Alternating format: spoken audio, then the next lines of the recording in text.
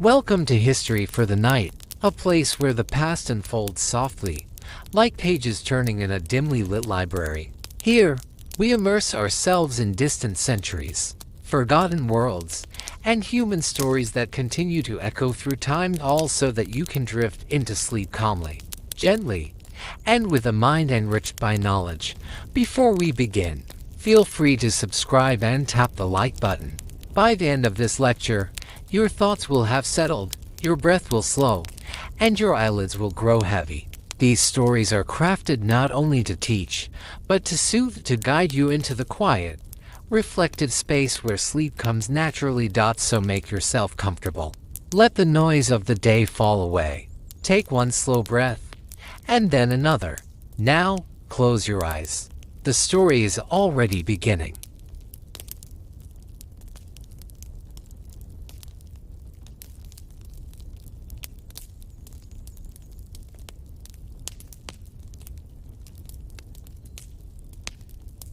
Leonardo da Vinci and the Age of the Renaissance. The name Leonardo da Vinci is familiar to nearly everyone.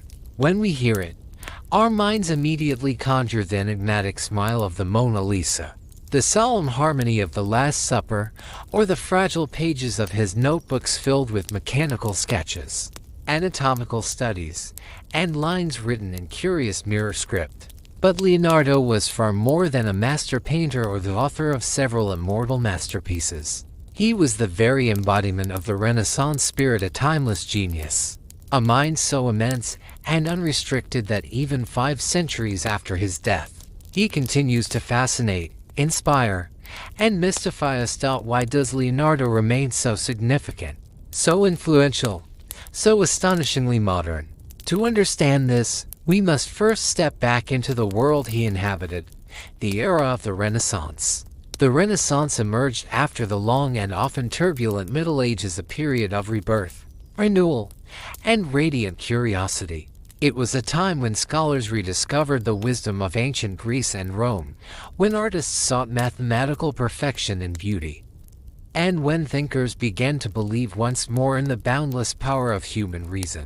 Humanity itself became the center of attention, not as a passive subject of fate, but as a creator, an inventor, an explorer of both the outer world and the inner self. The Renaissance gave rise to the idea of the universal human, someone capable of mastering multiple fields with equal brilliance, a person unconfined by specialization, a mind both poetic and analytical, both creative and mechanical. And it was Leonardo da Vinci who became the purest expression of this ideal. Leonardo was not only one of the greatest artists who ever lived. He was an exceptional scientist, philosopher, engineer, anatomist, architect, and inventor. His curiosity stretched into every corner of existence. He dissected human bodies to understand their structure. He designed flying machines centuries before flight became reality. He sketched ideas for submarines, tanks, hydraulic systems, and machines that would not appear in Europe until long after his time.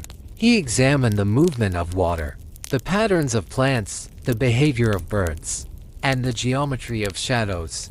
Leonardo was a man who saw connections everywhere, a world where art and science were not separate realms, but two halves of a single truth. What makes Leonardo so deeply inspirational, even today, is not only what he achieved, but how he approached life. He never accepted the world at face value. He questioned everything. He observed endlessly. He experimented fearlessly. While many people of his time followed established knowledge, Leonardo stepped into the unknown, driven by an almost childlike wonder paired with an extraordinary intellect. His notebooks, filled with thousands of sketches and ideas, reveal the mind of someone who believed that understanding was limitless, that the world was full of mysteries waiting to be deciphered. This relentless hunger for truth, this refusal to stop learning, is what makes Leonardo da Vinci more than a historical figure. It makes him a symbol of curiosity, of innovation, of human potential. Now that we have glimpsed the world he lived in, the ideals that shaped him, and the qualities that made him the quintessential Renaissance genius, let us continue our journey deeper into his life. Ahead of us lies a story of brilliance, doubt, ambition, mystery, and the extraordinary legacy of a man who forever changed how we see art, science, and ourselves.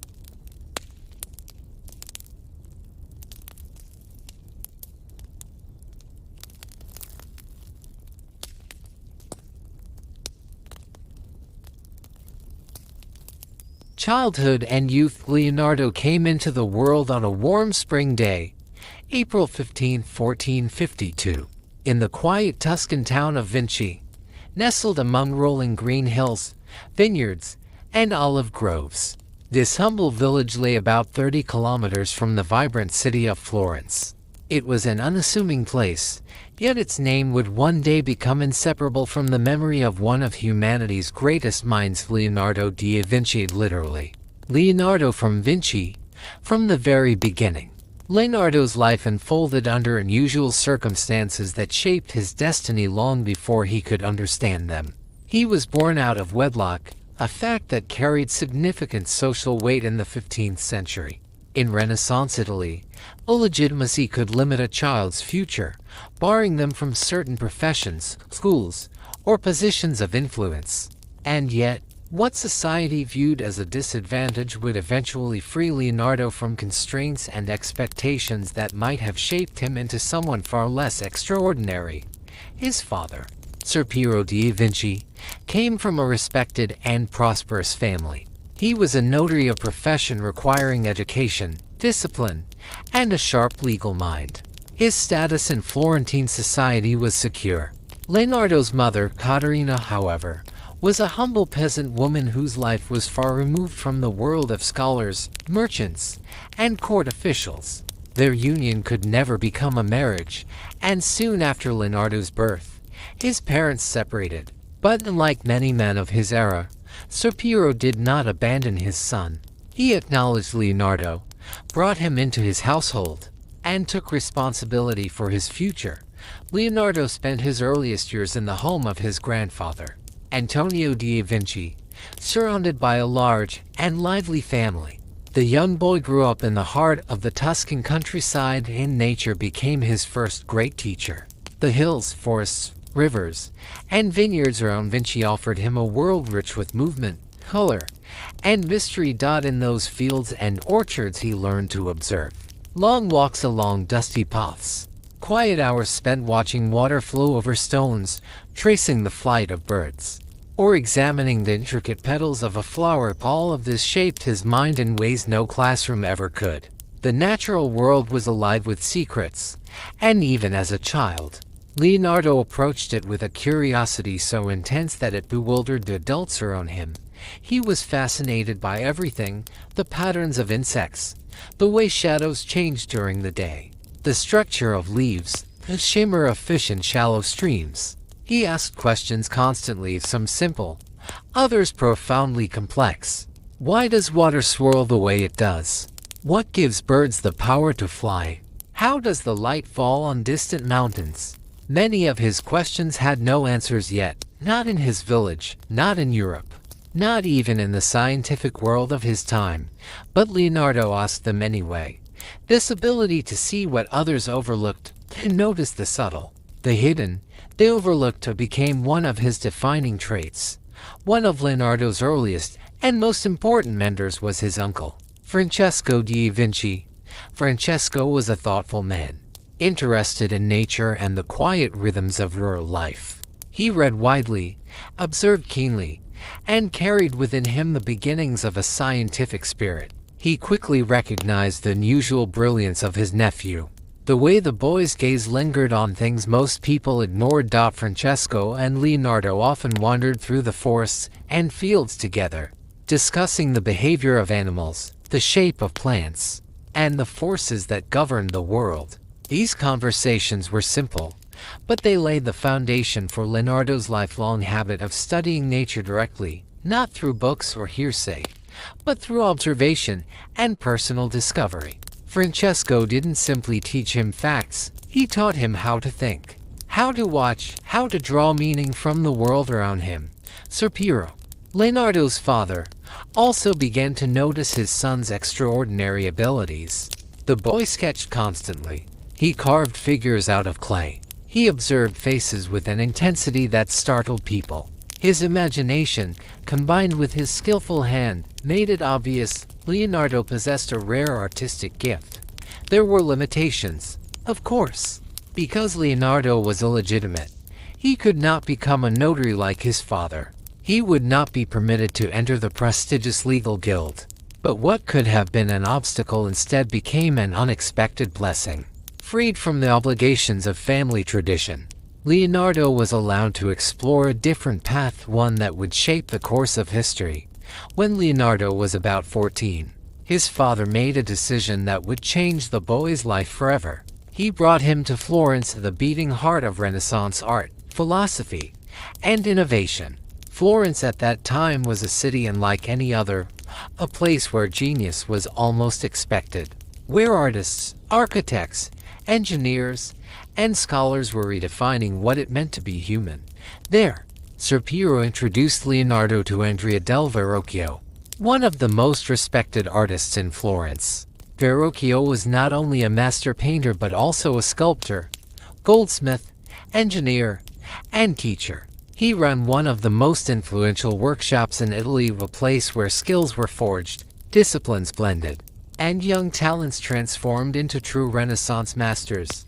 And so, with this step, the shy boy from Vinci began the next chapter of his life, stepping out of the quiet hills of Tuscany and into the bustling, brilliant world of Florence, where his genius would begin to unfold.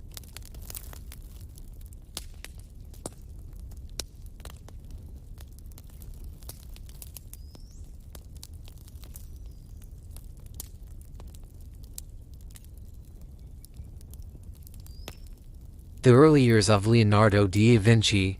It was inside Verrocchio's workshop that Leonardo received his first true, structured education, a place where he learned not only the foundations of painting and sculpture, but also the principles of engineering, geometry, metallurgy, and design. Yet long before he stepped through the doors of Florence, long before he met any master, Leonardo was already an artist shaped by his own curiosity. Back in Vinci, the boy had been irresistibly drawn to creating. He sketched endlessly, filling scraps of parchment with images of the world around him. He experimented with whatever materials he could find: crushed flowers, ground-up minerals, soot, clay, charcoal, inventing pigments and tools with the same enthusiasm he later applied to machines and inventions. Nothing was too insignificant to study: a feather, the silhouette of a leaf, the curve of running water. Leonardo observed everything with an intensity that astonished those who knew him. Even as a child, he displayed a stunning precision in his drawings. He captured the delicate structure of a bird's wing, the intricate veins of a leaf, the exact expressions on the faces of villagers. People in the town often paused in amazement when they saw the lifelike detail in the boy's sketches. Word of his remarkable talent spread quickly through Vinci and the surrounding countryside. It was clear to many that this child was destined for something far greater than a quiet rural life. When Leonardo finally arrived in Florence around the year 1466, he stepped into a world unlike anything he had known before. Florence in the 15th century was the beating heart of the Renaissance, a city bursting with ambition, brilliance, and artistic revolution. Here, ideas moved as swiftly as traders in the crowded markets. Paintings, sculptures, architecture, literature, philosophy, everything seemed to be reaching upward, striving toward perfection. The city attracted brilliant minds like a magnet. In Florence, artists and thinkers were not merely craftsmen. They were explorers of the human soul, pioneers of geometry, anatomy, and perspective. The city was alive with creative electricity, and Leonardo entered it at the perfect moment, young, hungry for knowledge, and ready to absorb the entire world. At that time, masters such as Sandro Botticelli, Domenico Ghirlandaio, and Fra Filippo Lippi shaped the artistic landscape. Sculptors like Donatello and Lorenzo Ghiberti were creating works that redefined the possibilities of stone and bronze. Architects such as Filippo Brunelleschi and Leon Battista Alberti were designing buildings that blended mathematical precision with spiritual harmony. Florence was not merely a city. It was a vast, living academy. Into this extraordinary environment walked a curious, illegitimate boy from Vinci, a quiet, observant, often lost in thought, yet possessing a spark of brilliance so bright that even the greatest masters would eventually recognize it. And at the center of this new world stood the workshop of Andrea del Verrocchio, the place where Leonardo's mind, imagination, and incomparable talent would begin their ascent.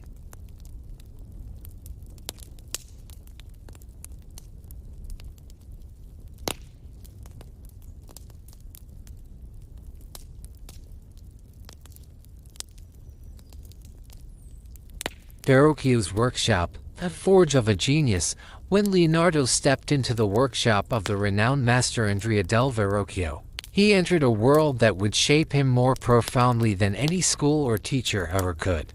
Verrocchio's studio was far more than a place where paintings were created. It was a living academy, a bustling center of artistic innovation, where young talents from across Florence gathered to learn, compete, and grow under the watchful eye of one of the greatest masters of the Renaissance. In this workshop, discipline was not merely encouraged, it was a way of life. The training followed a strict hierarchy. New apprentices began with the most humble tasks, grinding minerals into pigment, preparing canvases and wooden panels, applying layers of gesso, and assisting in the daily routine of the studio. Only after months, sometimes years, of such work were they allowed to sketch simple forms, study anatomy, and learn the rules of perspective. Gradually, the most promising students advanced to copying the works of earlier masters, a demanding exercise requiring patience, precision, and unwavering focus. It was a process designed to strip away carelessness, sharpen the eye, and train the hand to obedience. Every student in Verrocchio's workshop knew mediocrity had no place here. Andrea del Verrocchio himself was a man of rare dedication. Known for his precision and demanding nature, he expected absolute excellence from those under his guidance. Yet beneath this strictness lay a perceptive and generous intellect, a teacher capable of recognizing true talent even in its earliest, most fragile form. Leonardo captured his attention almost immediately. There was something unusual about the quiet young apprentice from Vinci, the way he observed things others overlooked, the way he approached every task with an almost scientific curiosity, the way his mind seemed to leap effortlessly between art, mechanics, geometry, and nature. Verrocchio saw in him not just a gifted boy, but a mind that operated on a different frequency. It was in this workshop that Leonardo first encountered the world of metals, bronze, copper, silver, and the complex techniques of casting and sculpting. In the 1470s, Verrocchio was entrusted with a prestigious commission, a monumental bronze statue of the military commander Bartolomeo Colleoni. The project demanded mastery of anatomy, physics, and engineering. Young Leonardo assisted by studying the movement of horses, analyzing their musculature, sketching them from all possible angles, even observing how light slid across their bodies. This early exposure profoundly shaped his later fascination with anatomy, motion, and mechanical structure. But the turning point of the moment that revealed Leonardo's extraordinary power to the world came with a painting that would become legendary: the Baptism of Christ. Around 1475, Verrocchio assigned Leonardo the task of painting one of the angels in the scene, a seemingly modest detail in a larger composition. But when the painting was completed, something remarkable happened. According to the accounts of the Renaissance historian Giorgio Vasari, the angel painted by Leonardo was so exquisitely rendered, so luminous, so alive, that it outshone everything else on the canvas. The drapery fell with a natural grace that seemed impossible to imitate. The soft, delicate features of the angel's face glowed with serene emotion. The play of light and shadow hinted at a mastery of realism that surpassed anything Verrocchio himself had achieved. Legend says that upon seeing Leonardo's angel, Verrocchio put down his brush and declared that he would never paint again, recognizing that his student had surpassed him. Whether or not the story is literal, the symbolism is undeniable. This moment marked the beginning of Leonardo's ascent from talented apprentice to independent master. It was the spark that revealed the magnitude of his genius, or promise of all the wonders he would one day create. And from that moment forward, Florence began to whisper his name with growing admiration.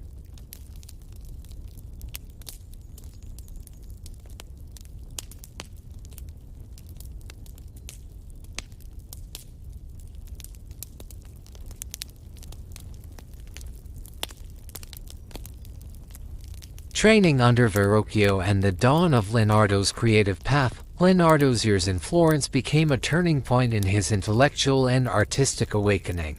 Under Verrocchio's guidance, he did far more than learn to paint.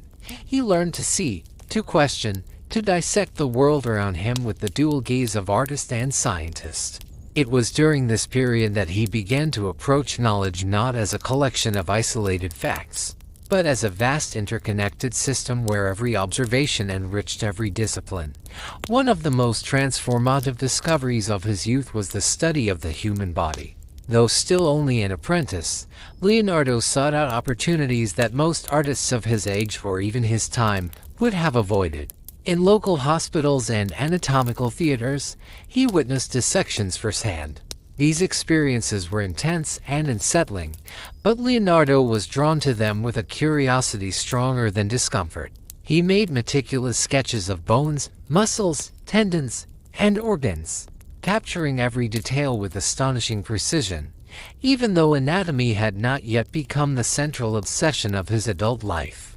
It was here, amidst the cold stone tables of Florentine morgues, that Leonardo realized an essential truth. An artist could not depict life truthfully without understanding the structure that supported it. For him, beauty was not a matter of surface. It was rooted in knowledge. But Florence offered him much more than scientific curiosity. It offered him a universe of ideas. The city was a living library of the ancient world. Here, in the intellectual salons and private libraries of scholars, Leonardo encountered the great thinkers of antiquity: Plato, Aristotle, and, most importantly, Vitruvius. Their writings awakened in him a profound fascination with harmony, mathematics, proportion, and the hidden architecture of the cosmos. Vitruvius, with his belief that the human body was the measure of all things, planted the seed for what would later become one of Leonardo's most iconic works, the Vitruvian Man, the symbol of the perfect unity between art, science, and the human spirit. Florence also immersed him in the world of architecture. He studied the innovations of Filippo Brunelleschi, the genius behind the colossal dome of Santa Maria del Fiore. Brunelleschi's mastery of perspective and engineering deeply shaped Leonardo's understanding of space.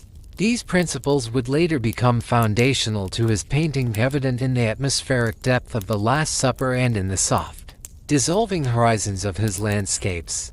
Though Leonardo would meet the mathematician Luca Pacioli later in life, the foundation for their intellectual partnership was laid during these early Florentine years.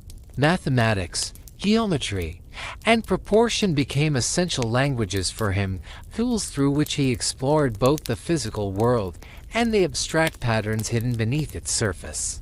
Where other artists saw shapes, Leonardo saw equations. Mechanical design also captivated him. In Verrocchio's workshop, tools and mechanisms were as familiar as brushes and pigments. Leonardo was fascinated by how things worked: the turning of gears, the tension of pulleys, the leverage of simple machines. In his free hours, he sketched and constructed models of devices, early glimpses of the engineering genius who would later imagine flying machines, armored vehicles, hydraulic pumps, and bridges centuries ahead of their time. Life at the heart of Florence offered something equally valuable: people. Here, surrounded by merchants, scholars, politicians, and patrons, Leonardo began to understand the importance of social intelligence, how alliances were formed, how powerful families shaped the life of the city, and how an artist could gain influence and support.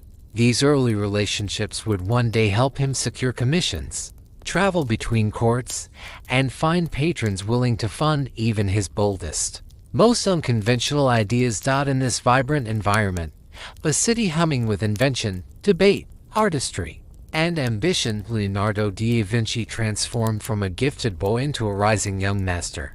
And though he had only begun to reveal the first glimmers of his limitless potential, those who worked beside him already sensed that they were witnessing the emergence of someone extraordinary.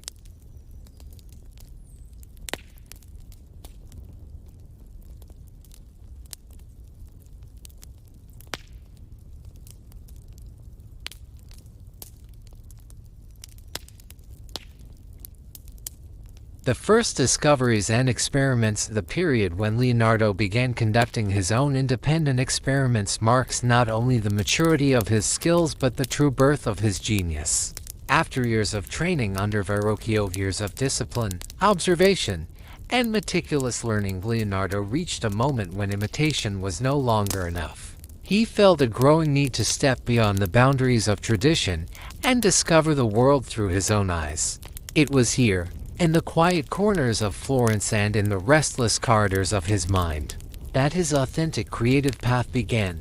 One of the first fields where this inner transformation manifested was the study of human anatomy. Leonardo understood something incredibly simple yet revolutionary for his time. An artist could not portray life truthfully without understanding the machinery that powered it. To him, the human body was not just a subject for painting, it was a miraculous system of levers and pulleys, of bones and sinew, of living architecture shaped by nature with mathematical precision. While most artists of the 15th century relied on stylized or symbolic depictions of the human form, Leonardo wanted reality. He wanted truth. And truth demanded knowledge. Driven by this hunger, he began visiting hospitals and morgues, places that few artists dared to enter. There, under dim lanterns and in hushed corridors, he watched dissections as carefully as he would study the petals of a flower or the movement of water in a stream. These experiences were not easy, but they opened before him a breathtaking world hidden beneath the skin. At a time when anatomy was still cloaked in superstition and fear, Leonardo dissected bodies to understand how flesh connected to bone, how tendons stretched, how muscles contracted, how the heart pumped life through a labyrinth of vessels. What he saw amazed him. What he recorded was unprecedented. He filled page after page of his notebooks with anatomical sketches, not crude or symbolic drawings, but astonishingly precise technical illustrations that resemble modern medical diagrams. His lines were clean and confident, and every stroke of the pen revealed a curiosity that refused to be satisfied. He studied the structure of the spine, the rotation of joints, the branching of nerves. He described the opening and closing of heart valves centuries before medical science confirmed his observations. He was the first to depict the fetus in the womb with scientific accuracy, capturing both the fragility and the profound mystery of human life. These discoveries were not just scientific. They reshaped his art. His understanding of muscle tension allowed him to paint figures that breathed with life. His knowledge of how light touches rounded forms helped him invent Sfumato, that delicate smoky softness that makes the Mona Lisa's smile seem alive. His study of anatomy became the foundation of a new kind of realism, intimate, thoughtful, and deeply human. Yet in his own lifetime, very few people ever saw these extraordinary notebooks. They remained hidden in his workshops and sketchbooks, scattered across Italy after his death.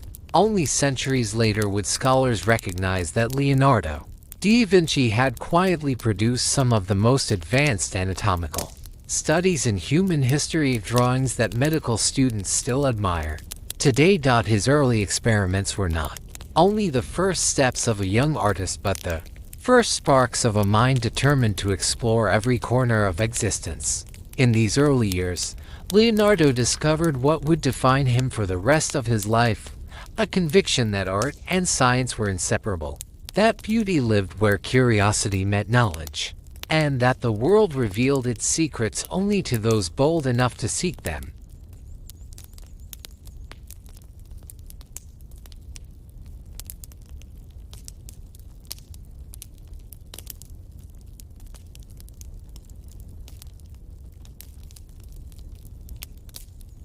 Leonardo's passion for nature.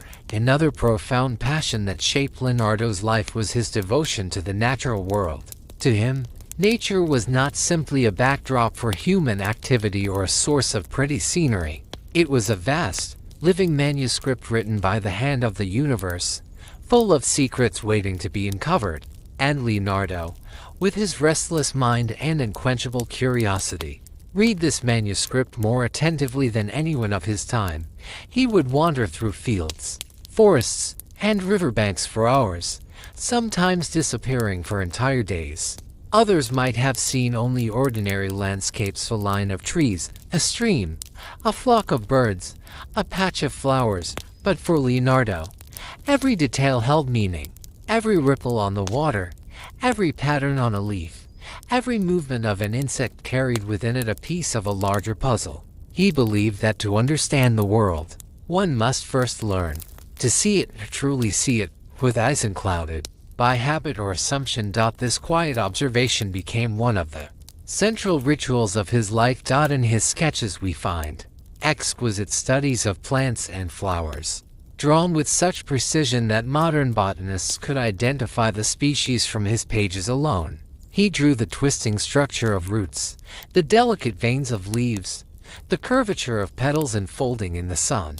But Leonardo was never satisfied with capturing only the external shape of things. He wanted to understand their becoming, how growth begins, how form emerges, how nature follows hidden laws as exact and elegant as geometry. He watched birds in flight, memorizing the rhythm of their wings, the subtle adjustments they made while gliding through the air.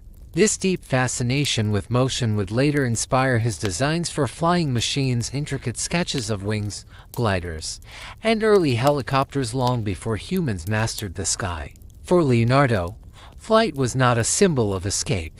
It was a mystery of physics and biology combined, a miracle he yearned to unfold with mathematics and imagination.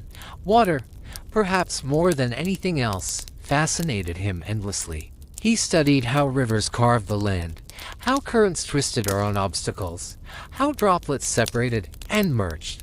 He filled pages with drawings of eddies, whirlpools, waterfalls, and waves crashing against stones. He believed that water was a key to understanding both nature's power and its harmony, a belief reflected in his paintings. Where rivers snake through valleys and mist hangs gently over flowing streams, even clouds captured his attention. He observed how they formed, shifted, and dissolved, recording their shapes and textures. He saw in them the interplay of air, moisture, temperature, and light. To him, the sky was a living canvas, constantly transforming and revealing the hidden logic of the atmosphere. This patient, reverent study of nature shaped not only Leonardo's science but also his art. The landscapes in his paintings are not imagined. They are constructed from years of observation.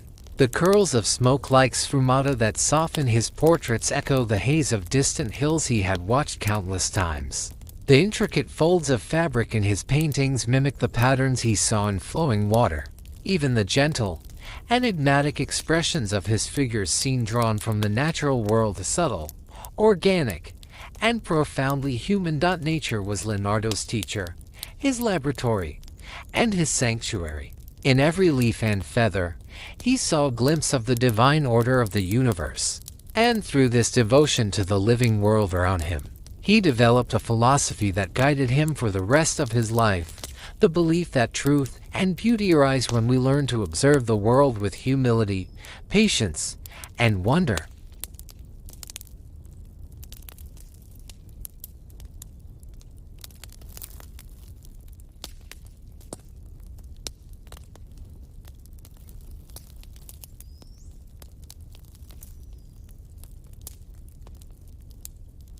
Sfumato, Leonardo's whispering technique.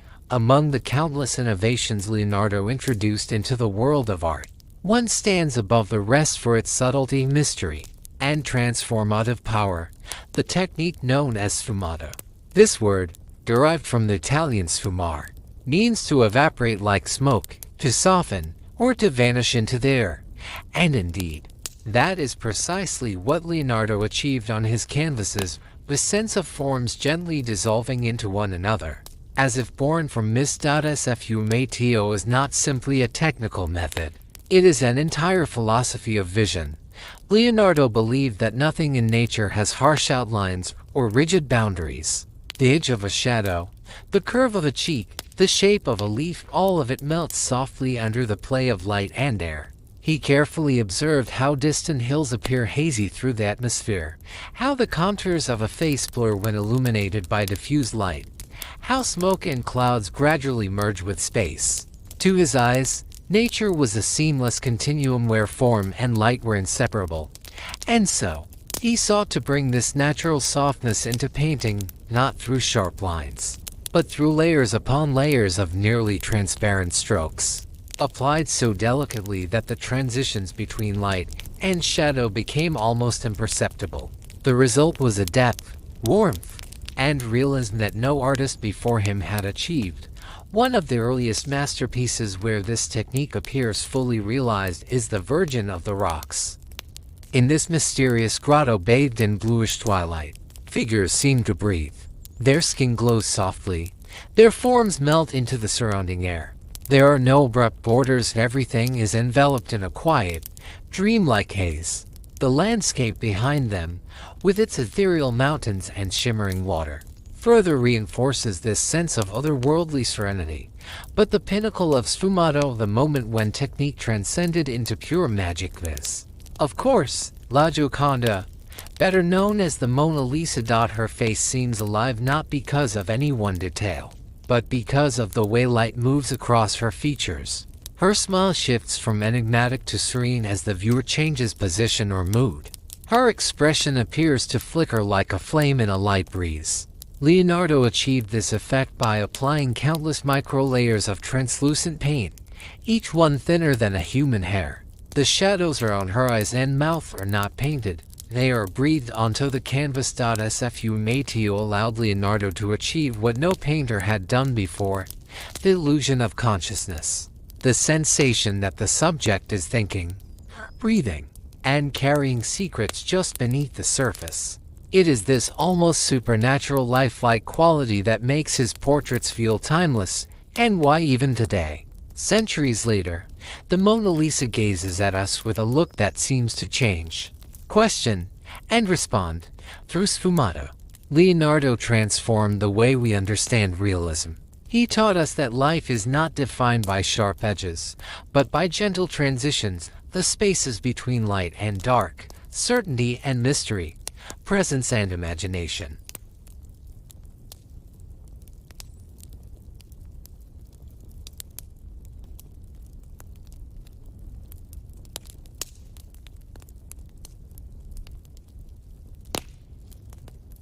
Light and shadow. Leonardo's art of revealing the invisible. If Sfumato was Leonardo's whisper, then light and shadow were his language, the means by which he brought form, emotion, and depth into the world of painting. At a time when many artists treated shadow simply as a darkened area, a necessary contrast to highlight a figure, Leonardo saw something far more profound. For him, shadow was not the absence of light, but a substance in itself, a living force shaping the world just as surely as illumination does. Where other painters filled their compositions with sharp outlines and flat tones, Leonardo sought the truth hidden between them. He understood that the human eye perceives reality through subtle gradients, through the way light bends around a cheekbone, through the faint veil of darkness under an eyelid, through the soft dimming of color as forms disappear into space. These were not decorative touches. They were the very essence of life. Leonardo approached light as a scientist and shadow as a philosopher. He studied how daylight shifts depending on the angle of the sun, how objects cast multiple overlapping shadows, how diffuse light creates softness while direct light sharpens every contour. In his notebooks, he filled pages with observations: the thickness of shadows at dawn, the way clouds scatter brightness, the behavior of light underwater, the glow of firelight on the human face.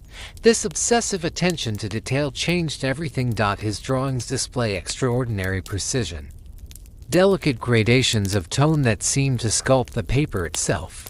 Figures emerge as if carved from air, their forms shaped not by lines but by the gentle embrace of shadow. Muscles ripple beneath the skin, bones curve naturally under soft transitions. And each movement feels authentic because Leonardo understood how light reveals the hidden architecture of the human body. In his paintings, this mastery creates something almost miraculous. The viewer does not simply see the figure, they feel the weight of the body, the warmth of the skin, the density of the surrounding atmosphere. Light is never harsh or artificial. Instead, it glows with the softness of morning mist or the quiet calm of a cloudy afternoon. Château, far from being a void, becomes a place where intimacy resides, where emotions deepen, where mystery breathes, thanks to Leonardo's understanding of light and shade. His artworks resemble windows into a living world. They are filled with space, air, and delicate balance, as if each figure exists in a real environment where light flows naturally and shadows whisper secrets. This depth, this atmospheric realism, was revolutionary in his time and remains unmatched even centuries later.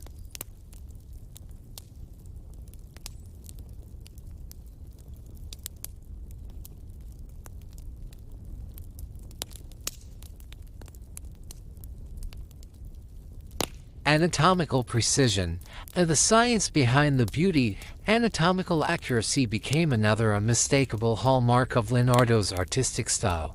While many painters of his era relied on simplified, almost symbolic representations of the human body, Leonardo refused to accept anything less than the truth. He believed that an artist could not depict genuine movement, emotion, or presence without first understanding the inner workings of the body, its structure, its mechanics, its hidden geometry.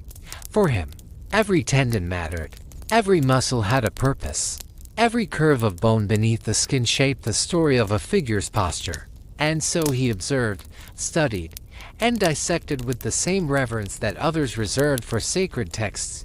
His legendary drawing, The Vitruvian Man, perfectly captures this philosophy. Created at the end of the 15th century, it is far more than a beautiful illustration. It is a manifesto, a bold declaration that the human body is not chaos, not mystery, but harmony, a perfect union of anatomy and mathematics. Through a blend of empirical study and geometric logic, Leonardo revealed the body as a living architecture, a temple designed according to universal proportions, yet his fascination with anatomy extended far beyond human form. Leonardo's curiosity was unbounded. He sketched swirling water, twisting currents, the shapes of waves as they crashed and dissolved. He filled his notebooks with meticulous descriptions of whirlpools, eddies, and tidal rhythms. To him, the movement of water was as expressive as the movement of muscles, both obeying laws of nature, both driven by invisible forces, fire, wind, storms. The fall of hair over his shoulder, nothing escaped his attention. He observed the patterns of natural chaos with the same precision he used for veins and bones. Some of his most dramatic drawings depict catastrophic floods and tempests, scenes of nature unleashing its full power. But even in these apocalyptic visions, Leonardo sought not fear, but understanding. He tried to decode the physics beneath the spectacle to reveal the quiet order hidden inside the apparent disorder. These early experiments, discoveries, and observations did more than refine his artistic technique. They shaped the foundation of his worldview. For Leonardo, art and science were not separate realms. They were two sides of the same truth, two paths leading toward a deeper understanding of reality. He saw no boundary between a painter's craft and a scientist's inquiry. To him, both were acts of discovery, ways to touch the world more intimately, to reveal its laws, to translate its mysteries into visual form. And that is why his works feel so alive even centuries later. They are not just paintings. They are living organisms, built from the same principles that shape rivers, storms, bodies, and the universe itself.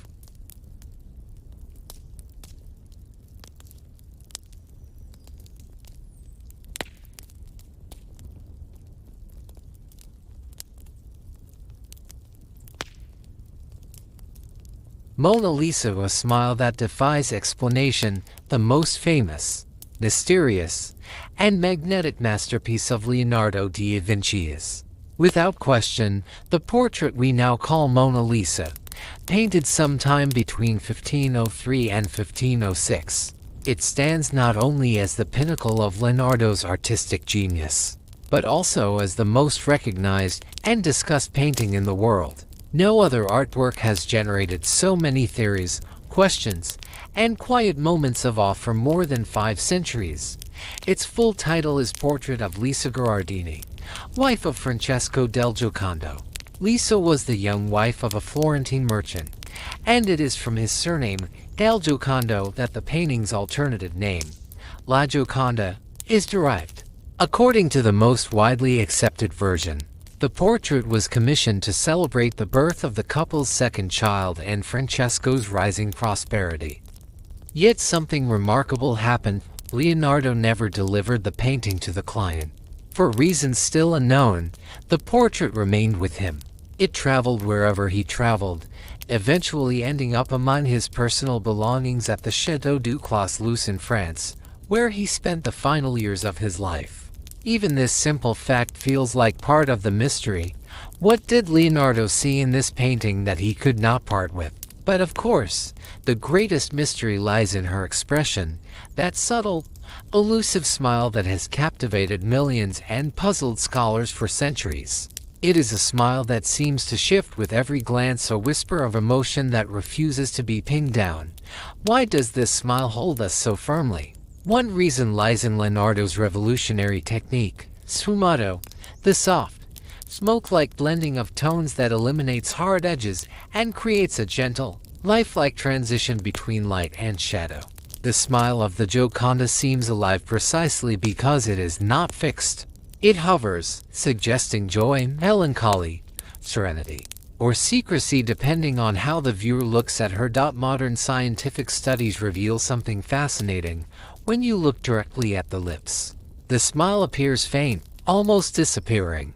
When your gaze shifts slightly to her eyes or to the landscape, the smile becomes warmer, fuller, more present. Leonardo achieved this effect using impossibly thin layers of paint and delicate strokes that allow light to penetrate and scatter in different ways. Her expression becomes a living thing, changing with the viewer's movement, with the lighting in the room, even with the viewer's mood. There is also deep psychology in her expression. Leonardo was an extraordinary observer of human emotion. He understood that a smile can contain more than simple happiness. It can be layered with tenderness, hesitation, irony, or hidden thoughts. In the Mona Lisa, he captured that entire spectrum, the inner world of a real human being, rich and complex. Her eyes contribute to this effect. They seem calm yet penetrating, gentle yet perceptive. Many visitors describe the uncanny feeling that her gaze follows them around the room. Her expression appears to shift as you step closer or farther away, as if her emotions respond to yours. The background adds another layer of meaning. Behind Mona Lisa stretches a strange, dreamlike landscape with misty mountains, winding rivers, and roads fading into the distance. Scholars have never been able to identify this landscape with any real location. Many believe it is entirely imagined, a symbolic world reflecting the quiet mystery of the sitter herself. The contrast is striking, a serene seated woman before a vast, and predictable, almost cosmic landscape. Some interpret this as a metaphor for the human soul positioned before the mysteries of the universe, small yet immeasurably deep. Even the composition is revolutionary. Her body forms a stable, pyramid-like structure. Her hands rest calmly, reinforcing the sense of balance. There are no extravagant clothes or jewelry to distract from her presence. Everything directs the viewer toward her face, her gaze, her enigmatic smile. Leonardo spent years refining the portrait, returning to it again and again. This was not just a commissioned work, it was a study, a meditation, an experiment in capturing the shifting nature of human expression. Perhaps that is why he kept it with him until the end of his life, and perhaps that is why it still does not let us go. The Mona Lisa stands at the threshold between clarity and mystery, between scientific precision and poetic ambiguity. Her smile remains a silent question, one to which each viewer finds their own, deeply personal answer.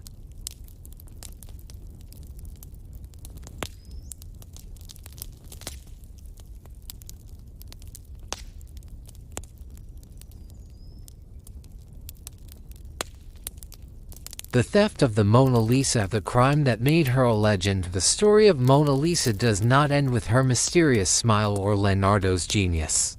Equally fascinating is the extraordinary journey the painting experienced centuries after it was created, most famously, the shocking theft of 1911, an event that transformed the portrait from a respected Renaissance masterpiece into a global cultural icon. On the morning of August 21, 1911, a museum worker named Vincenzo Peruggia quietly removed the painting from the Louvre. He unscrewed the protective frame, lifted the portrait off the wall, and in an almost unbelievable act, hid it under his coat. Security at the time was minimal. The theft went unnoticed until the next day. When museum staff realized the painting was missing, the world seemed to freeze. Newspapers in Europe and America printed bold headlines about the mysterious disappearance of da Vinci's masterpiece. Thousands of Parisians rushed to the Louvre, not to view art, but to stare in disbelief at the empty space on the wall where Mona Lisa had once hung. The museum closed for an entire week. Police interrogated every employee, every guard, every restorer. They even questioned artists from the Bohemian Persian circles, including the young Pablo Picasso, who found himself unexpectedly entangled in the investigation. Yet the thief remained invisible, and the world's most famous smile had vanished without a trace. For 2 years, the painting was considered lost. In truth, Peruggia had hidden the Mona Lisa in the most unexpected place of all, his modest apartment in Paris. His motive, though misguided, was rooted in fervent patriotism. He believed that because Leonardo was Italian, the painting rightfully belonged to Italy. In his mind, he was not a thief but a hero restoring national pride. In 1913, Peruggia attempted to sell the painting to an art dealer in Florence, but instead of a triumphant return, he was arrested. Mona Lisa was recovered unharmed and immediately placed under heightened protection. When she finally returned to the Louvre, she was greeted as a world celebrity. Ironically, it was her theft, the very act meant to remove her from the spotlight, that elevated her into a symbol known around the globe. The theft also sparked countless legends and curious theories surrounding the painting. Some researchers claim that Leonardo hid microscopic letters or numbers within Mona Lisa's eyes, visible only under extreme magnification, perhaps secret initials, symbols, or clues left deliberately by the artist. Whether these markings are real or merely the result of imagination remains an open question, adding yet another layer to the portrait's mythology. There are other remarkable facts as well. Mona Lisa was the first artwork in history to travel inside a specially designed climate-controlled, bulletproof container. When she visited the United States in 1963 and Japan in 1974, she traveled like a dignitary under military-level security. Across both continents, visitors waited in lines stretching for hours just to catch a glimpse of her enigmatic smile. Today, the painting resides in the Louvre under some of the strictest museum protections on Earth. She is displayed behind bulletproof glass, monitored by constant climate regulation, sensors, and security, a testament not only to her artistic value but also to her extraordinary journey through history. And still, through the layers of glass and centuries of stories, the Mona Lisa watches us with that same quiet, shifting smile, the smile that not even the boldest thief in the world could ever steal.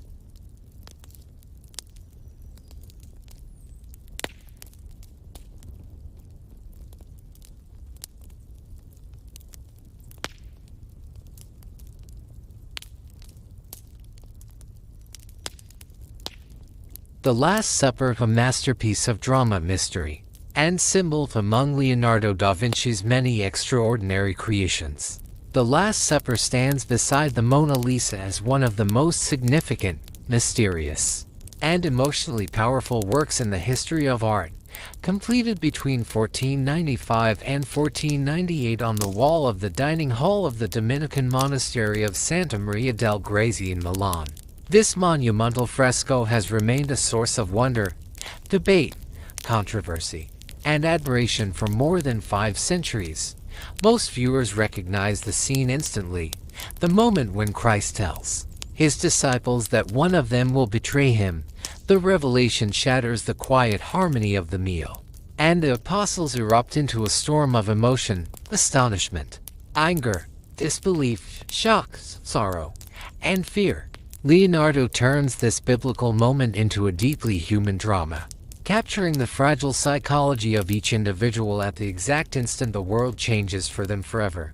But what makes The Last Supper so exceptional? Why does it stand as one of Leonardo's greatest artistic achievements? To begin with, the composition of the fresco is nothing short of revolutionary. Leonardo created a perfectly balanced, harmonious scene where every line of perspective leads directly to Christ, seated at the center of the table. His calm figure, framed by the bright window behind him, forms the spiritual and visual heart of the entire work, a beacon of stillness amid chaos. The apostles are arranged in groups of 3, each cluster a small drama of gestures and expressions. This rhythm gives the scene order while simultaneously highlighting the emotional shock rippling through the room. Each apostle reacts differently, their faces revealing the full spectrum of human experience. Some protest loudly, some recoil in fear, some rise in confusion, and some lean inward, seeking reassurance. Leonardo was a master of human psychology, and in this fresco he demonstrates a deep understanding of how emotion travels through the body, through the tilt of a head, the tension of a hand, the widening of eyes. The moment becomes not just sacred, but profoundly real. Beyond the emotional depth, The Last Supper is filled with symbolism and hidden details, an aspect that has fascinated historians, theologians, and conspiracy theorists for generations. The bread and wine on the table, for instance, are not merely elements of the meal, they are symbols of Christ's body and blood, the foundation of Christian ritual.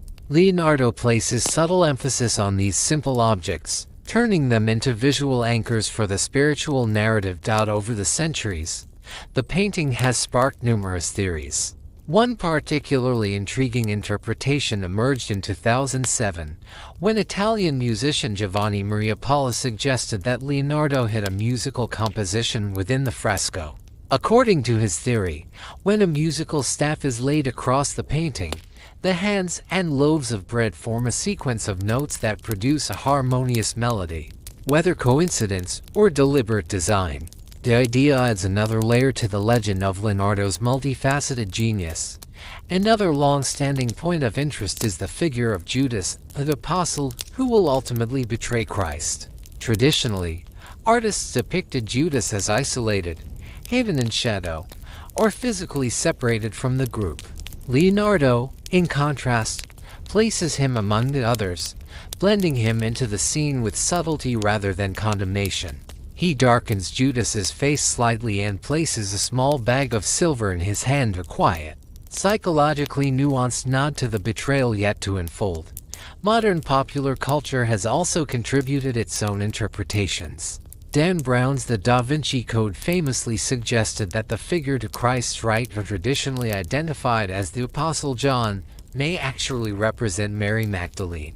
Though art historians overwhelmingly reject this theory, the debate has stirred public imagination and revived interest in the gender ambiguity of John's youthful features, a stylistic choice common in Renaissance art. The history of the fresco's creation is just as dramatic as the scene it depicts.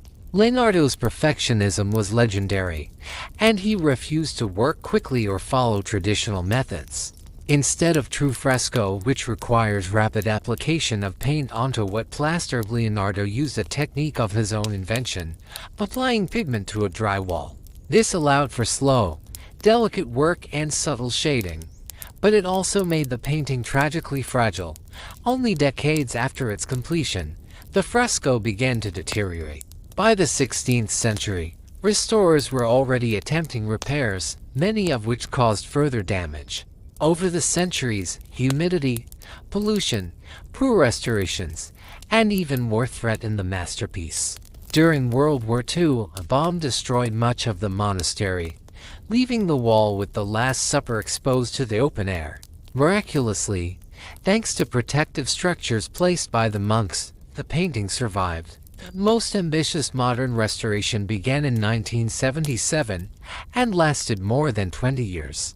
Specialists used advanced technology and painstaking methods to remove centuries of damage, revealing colors, expressions, and details that had long been obscured. When the project concluded in 1999, the world finally saw something close to Leonardo's original vision: radiant, harmonious, and deeply expressive. Today, The Last Supper remains one of the most carefully protected artworks on Earth. Visitors enter the room in small groups, passing through airlock chambers designed to maintain the delicate balance of humidity and temperature required to preserve the masterpiece. And yet, despite the centuries of hardship, the painting endures, a testament not only to Leonardo's genius, but to the extraordinary power of art to survive wartime and human imperfection.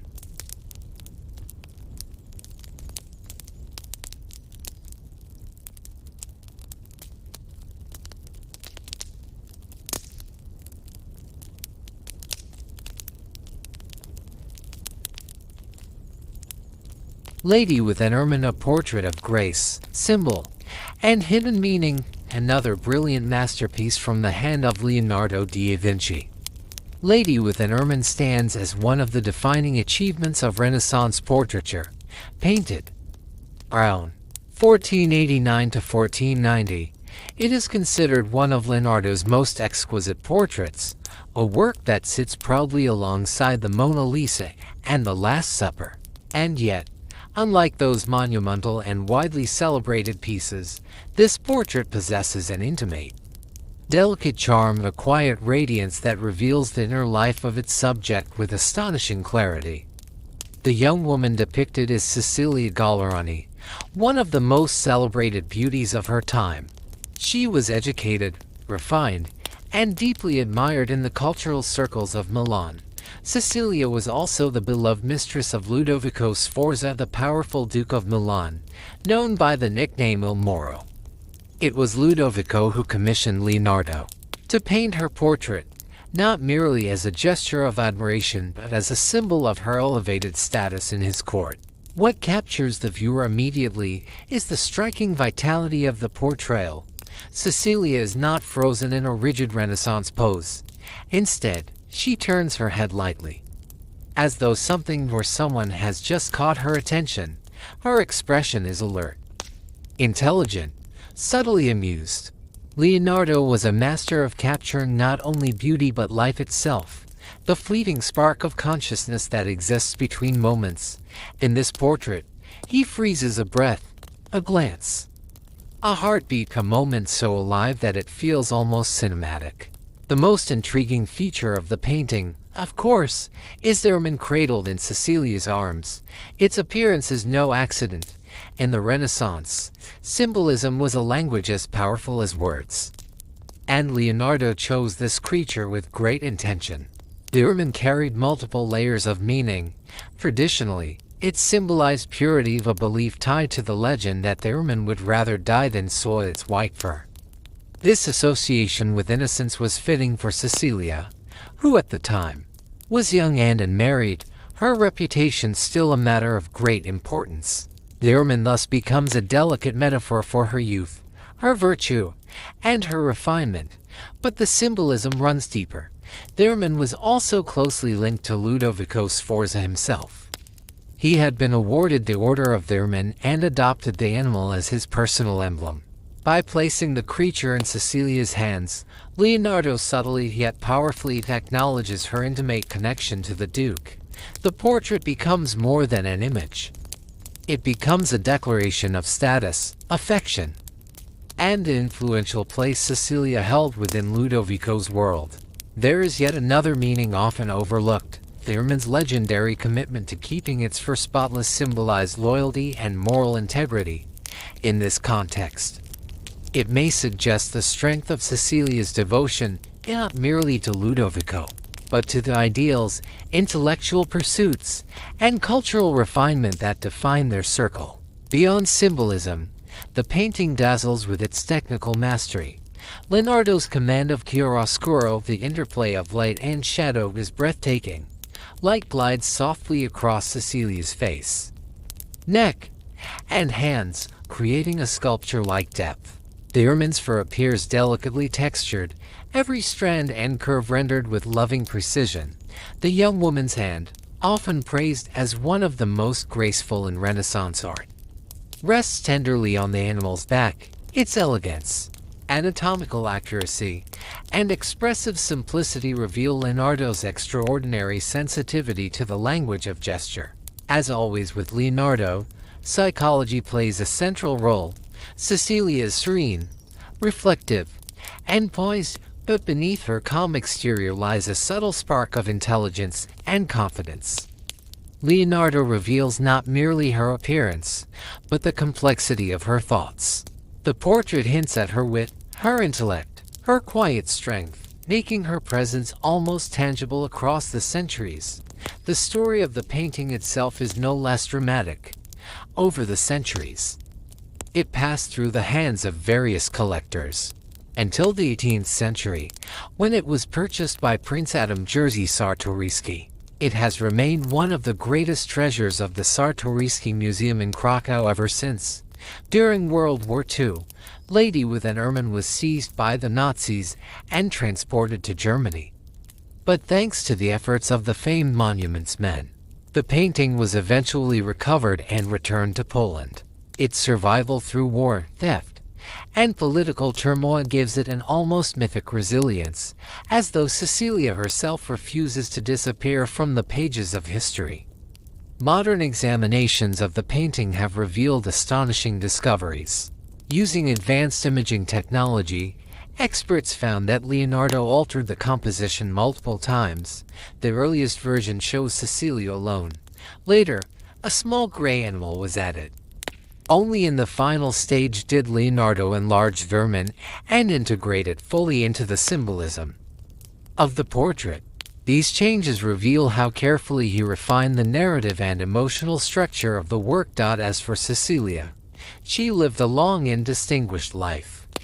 She became a respected patron of the arts and a celebrated figure of Renaissance culture. Yet despite all her accomplishments, it is Leonardo's portrait that immortalized her. His brush preserved not only her likeness but her presence, thoughtful, poised, luminous, for all future generations. Today, Lady with an Ermine is regarded as one of the most psychologically rich and technically perfect portraits ever created. It is a testament to Leonardo's genius, a masterful blend of beauty, symbolism, emotion, and storytelling captured in a single unforgettable image.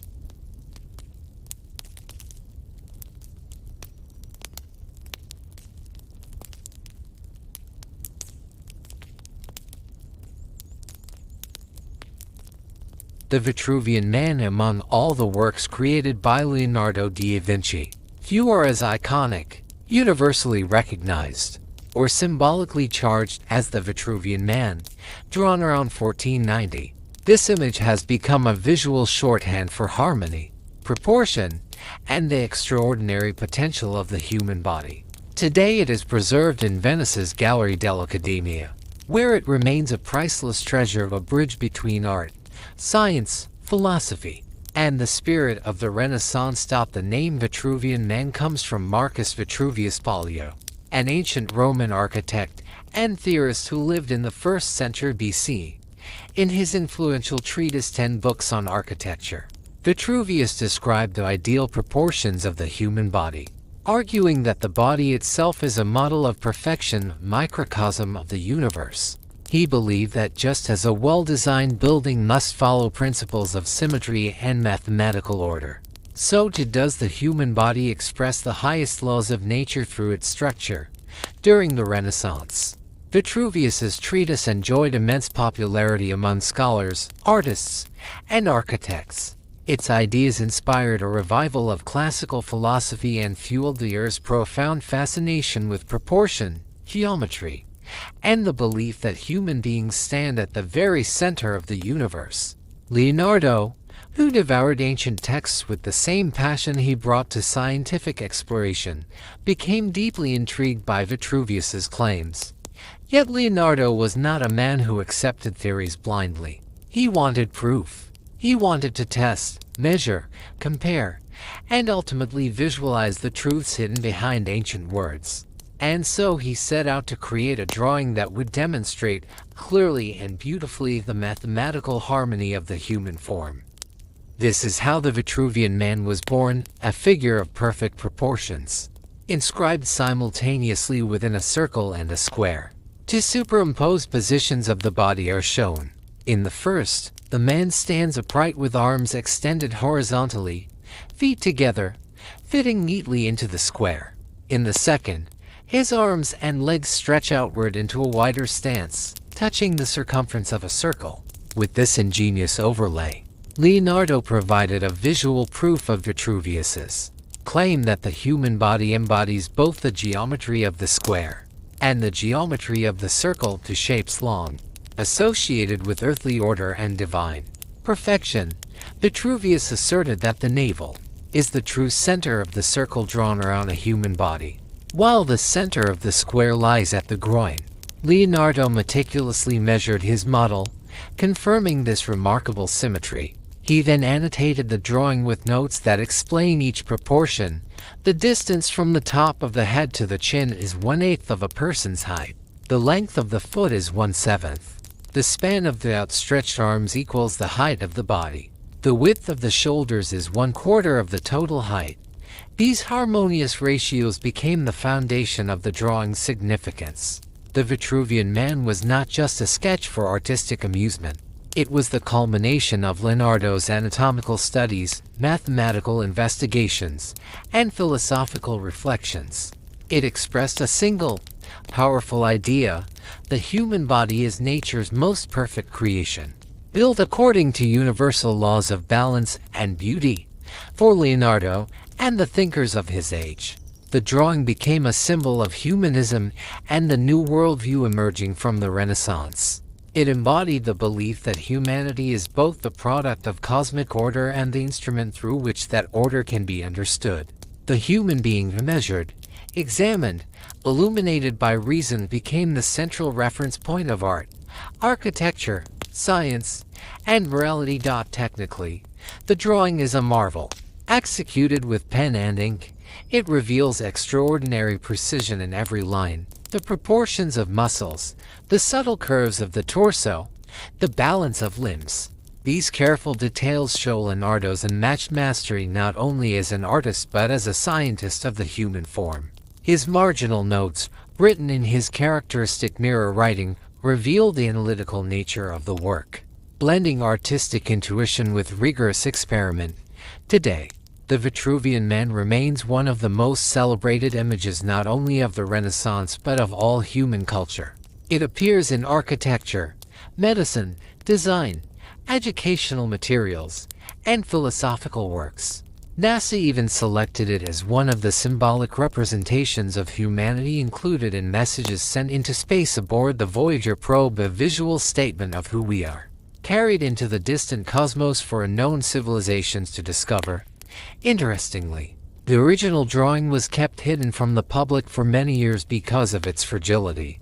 The delicate ink, aged paper, and extraordinary historical value require strict preservation conditions. Only on rare and highly significant occasions is the Vitruvian Man displayed, and each time it draws immense crowds.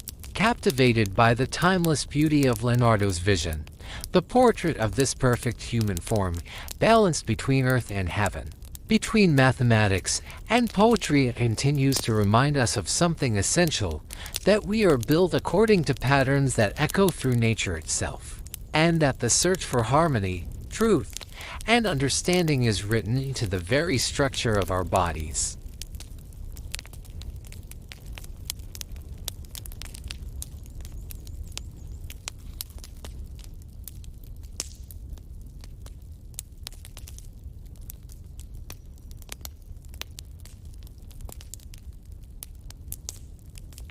And finished masterpieces, one of the most intriguing, mysterious, and revealing aspects of Leonardo da Vinci's artistic legacy is the remarkable number of works he left unfinished. Even among his most celebrated pieces, two major paintings remain incomplete: the Adoration of the Magi and St. Jerome in the Wilderness.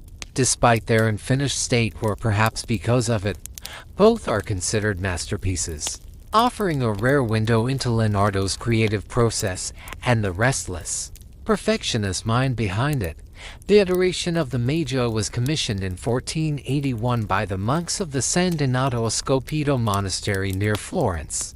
The subject was traditional, the three Magi arriving to pay homage to the infant Christ, bringing gifts and acknowledging his divine destiny.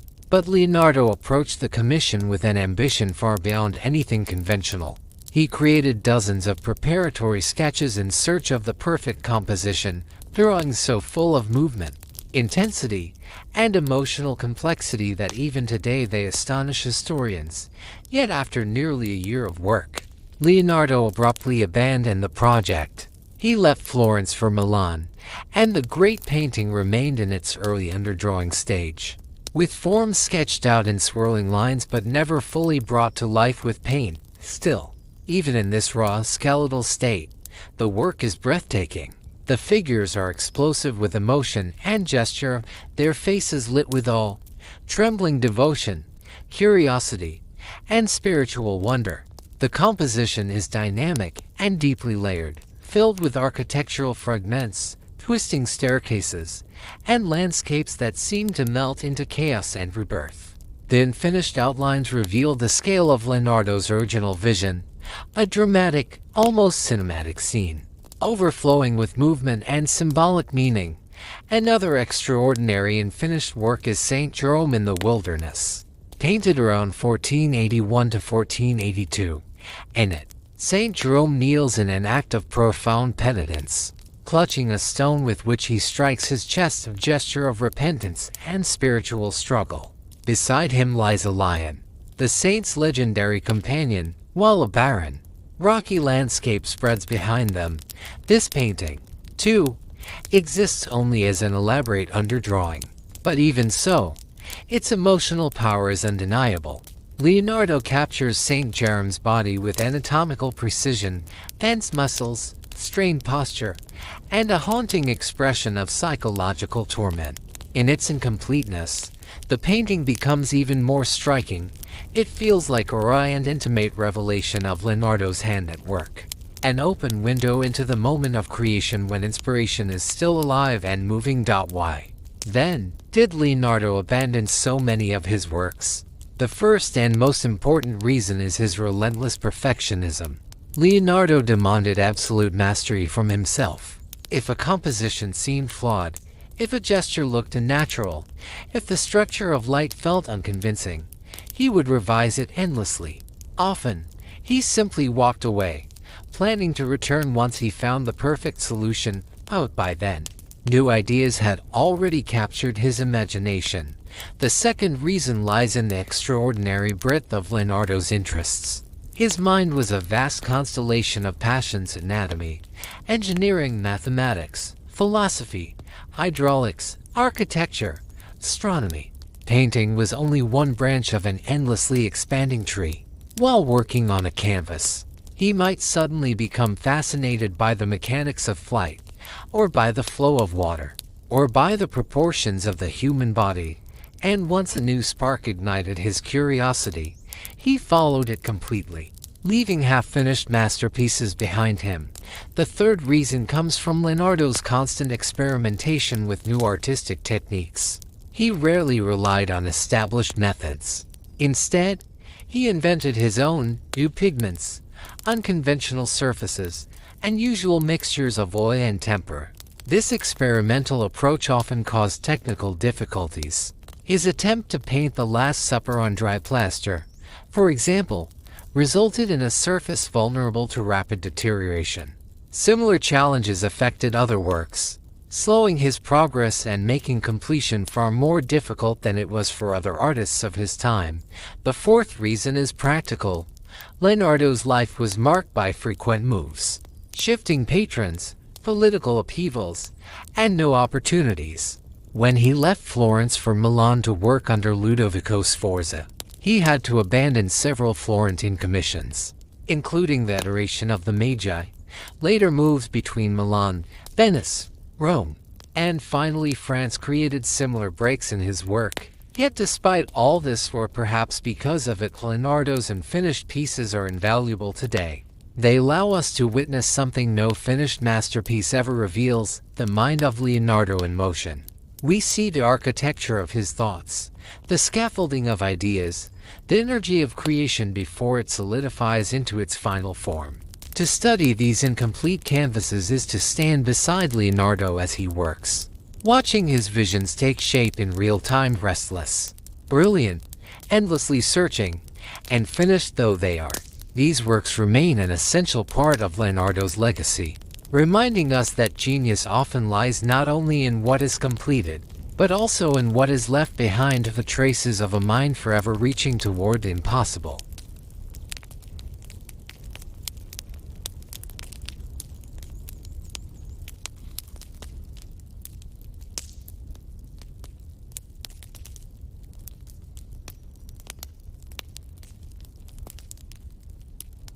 Ideas of Leonardo that were centuries ahead of their time. Leonardo da Vinci is rightfully remembered as one of those exceedingly rare minds who lived centuries ahead of the world around them.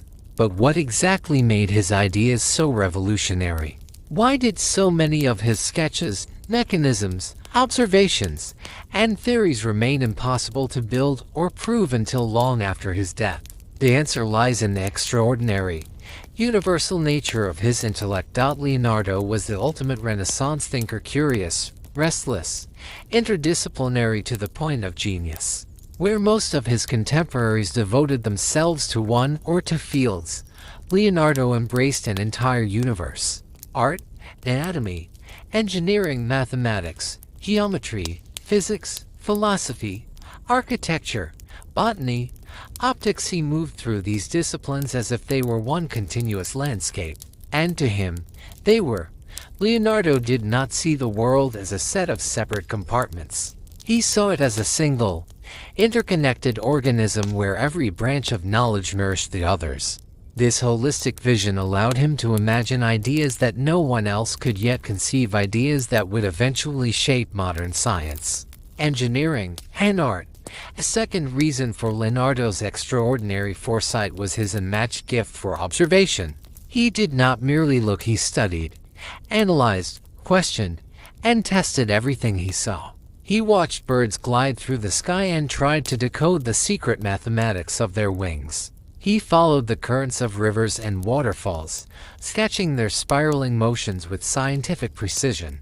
He observed the subtle geometry of plants, the way petals unfold, the structure of seeds, the growth of roots. Where others saw the everyday world, Leonardo saw the underlying mechanics of nature. This rigorous study gave birth to discoveries that would not be fully understood until centuries later. His drawings of flying machines were based on careful studies of the aerodynamics of birds. His designs for water pumps, hydraulic systems, and flood control machines came from his scientific analysis of water flow. He was mapping out aeronautics and hydrodynamics long before these sciences even had names. A third reason Leonardo seemed so ahead of his time was his audacity of imagination. He did not confine himself to what was possible in the 15th century. He imagined what might be possible in the distant future. Flying machines, armored fighting vehicles, diving suits, self-propelled carts, the ancestor of the modern automobile, robots powered by gears and springs, parachutes, aerial bombardment devices, machines for cutting mirrors, moving bridges, drilling tunnels, and lifting enormous weights. Most of these inventions were impossible to construct in his lifetime. Materials were too primitive, metalwork to limited, physical laws not yet understood. But that did not matter to Leonardo. He dreamed on a scale that humanity would only reach centuries later. And when the future finally caught up, it found that Leonardo had already drawn its blueprint. A fourth reason lies in Leonardo's scientific method and approach that, in many ways, anticipated the foundations of modern science. He never accepted knowledge simply because it was written in a book or spoken by an authority. He tested everything with his own eyes, hands, and reasoning. He dissected bodies to understand muscles, bones, veins, and organs. He recorded the functions of the heart with astonishing accuracy, describing the opening and closing of valves in a way that medical science would not confirm until the 20th century. He explored the mechanics of vision, the nature of light, the structure of the human spine, and even the principles of fluid dynamics. Much of this research remained unknown until long after his death, because Leonardo rarely published his findings. Yet when modern scientists eventually rediscovered them, many were stunned to find that Leonardo had already reached conclusions they believed were new. Finally, the fifth key to Leonardo's visionary genius was his talent for analogy, his ability to draw connections between entirely different fields. He treated the human body like a machine, the machine like a living organism, architecture like a physical body, and the laws of water like the movement of blood. He used geometry to explore beauty, mathematics to understand nature, anatomy to design technology. This is why so many of his drawings feel timeless. They are rooted not in the science of his era, but in universal principles. The famous Vitruvian Man is the perfect example of this approach. It is not just a drawing of ideal human proportions. It is a philosophical statement that human beings and nature itself follow the same mathematical harmonies. It symbolizes Leonardo's belief that the world is governed by unity and order, and that through careful study, the human mind can understand it. Leonardo's ideas were centuries ahead of their time because he dared to think in ways that others could not yet imagine. He crossed boundaries, broke rules, questioned traditions, and followed truth wherever it led him. And although many of his visions could not be built during his lifetime, they became the seeds from which future generations grew in engineering, in science, in medicine, in art. Today, we often say that Leonardo was a man of the future, but in truth, he was a man of all time, eternally relevant, eternally inspiring, eternally ahead of the world that follows in his footsteps.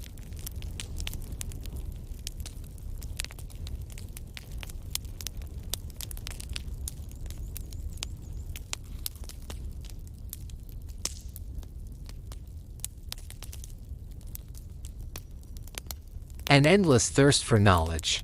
Another essential force that propelled Leonardo far beyond the limits of his own century was his boundless curiosity and unceasing hunger for understanding that accompanied him throughout his entire life. Leonardo was never satisfied with the knowledge he already possessed. He was never content to simply accept established truths or familiar explanations. Instead, he questioned everything, even the ideas that had gone unquestioned for generations. He was not afraid to challenge traditions, to revise accepted theories, or to start again from the very beginning if something seemed incomplete or unclear. This relentless desire to learn, to understand, and to explore is what made his ideas so revolutionary and so enduring. Even in old age, long after most people of his era would have withdrawn from active study, Leonardo continued to explore new fields, opening notebooks filled with fresh ideas, calculations, and sketches. He remained a student of the world until the very last day of his life. This eternal thirst for knowledge is one of the defining elements of his genius.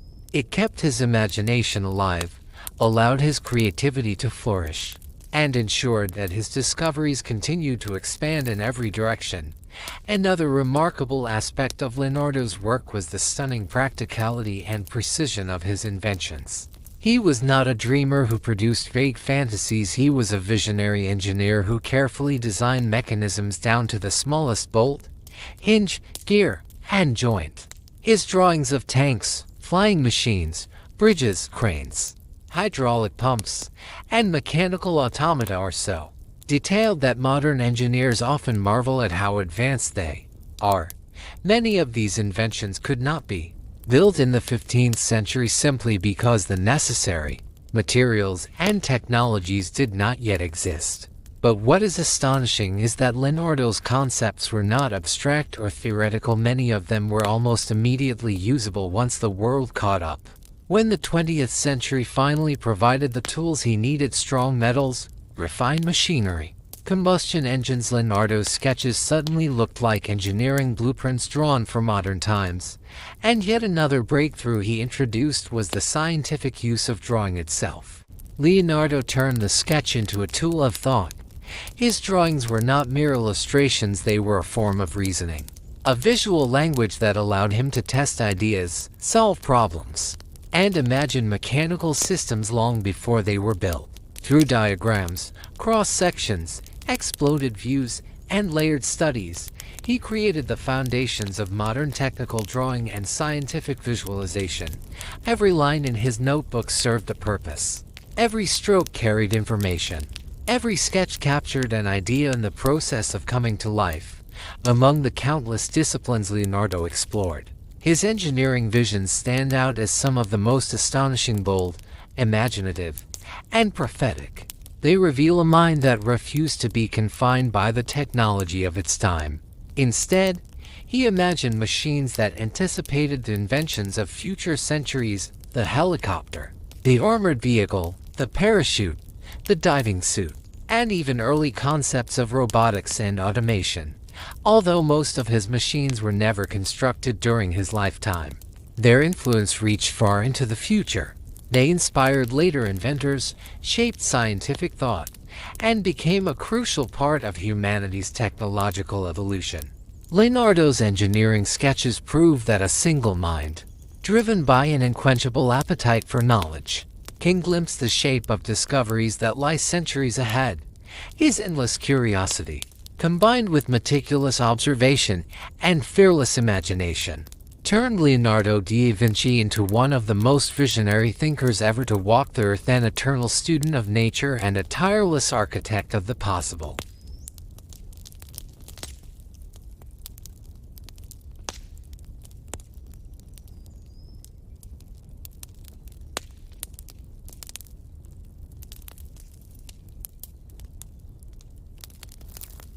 Leonardo's dream of flight. Among all the bold visions Leonardo da Vinci pursued, none was as enchanting or as deeply symbolic as his dream of flight. From early childhood he watched birds with a fascination bordering on obsession.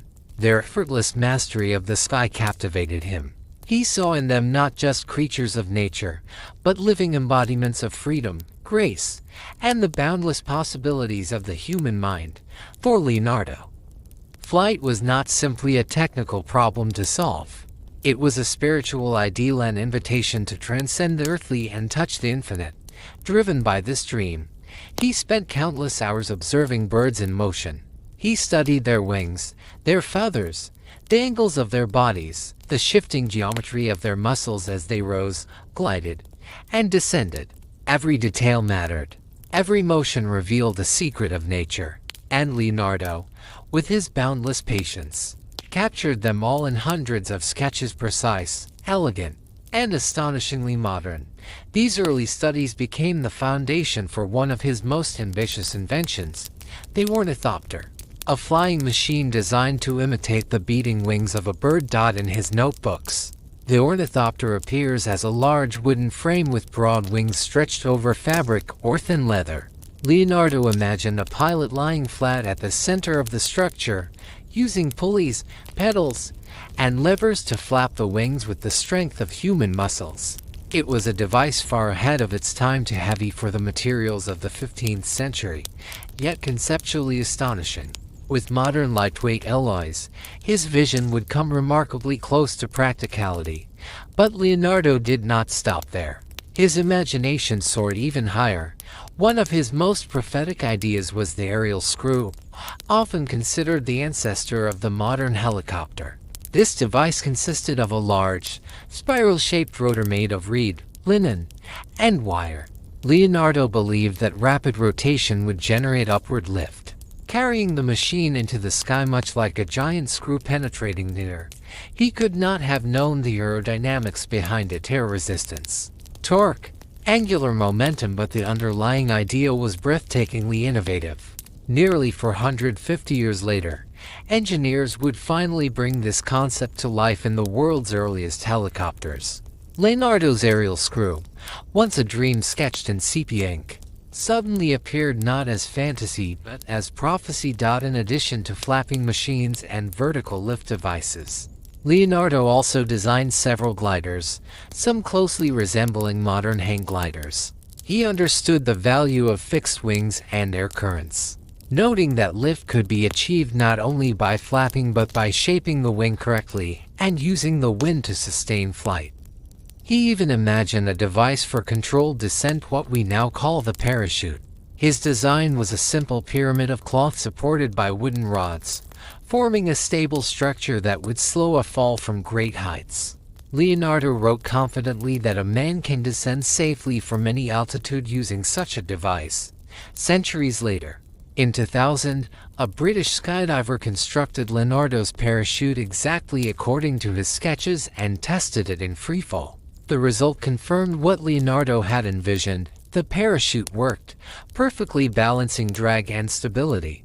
Yet Leonardo had conceived it more than 400 years before the world was ready.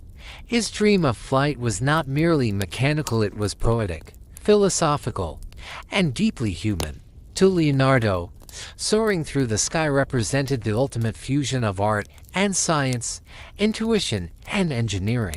It was the dream of transcending limitation, a dream that would not come true in his lifetime, but would eventually reshape the entire destiny of human civilization. Leonardo da Vinci never touched the clouds himself, but his imagination did, and through him, the sky became a destination not for myth or fantasy, but for human achievement.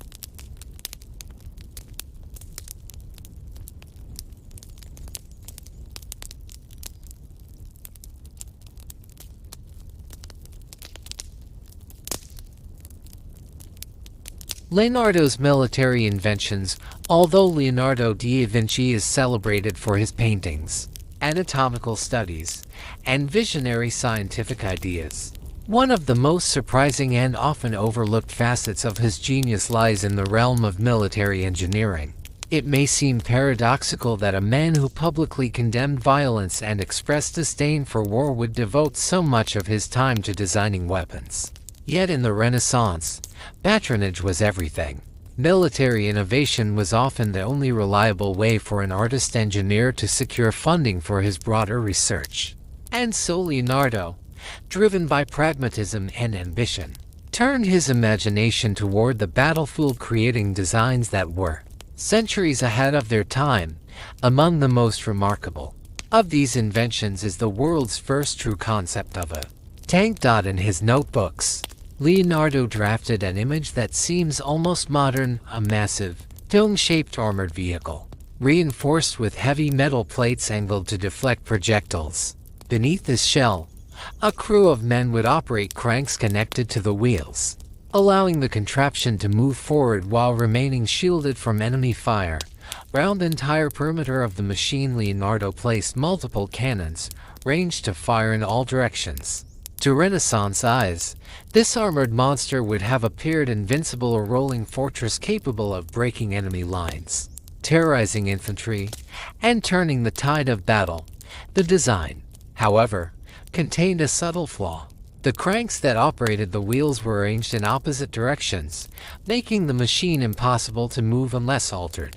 Some scholars believe this was deliberate, Leonardo's quiet way of ensuring that a weapon of such destructive power could not actually be misused.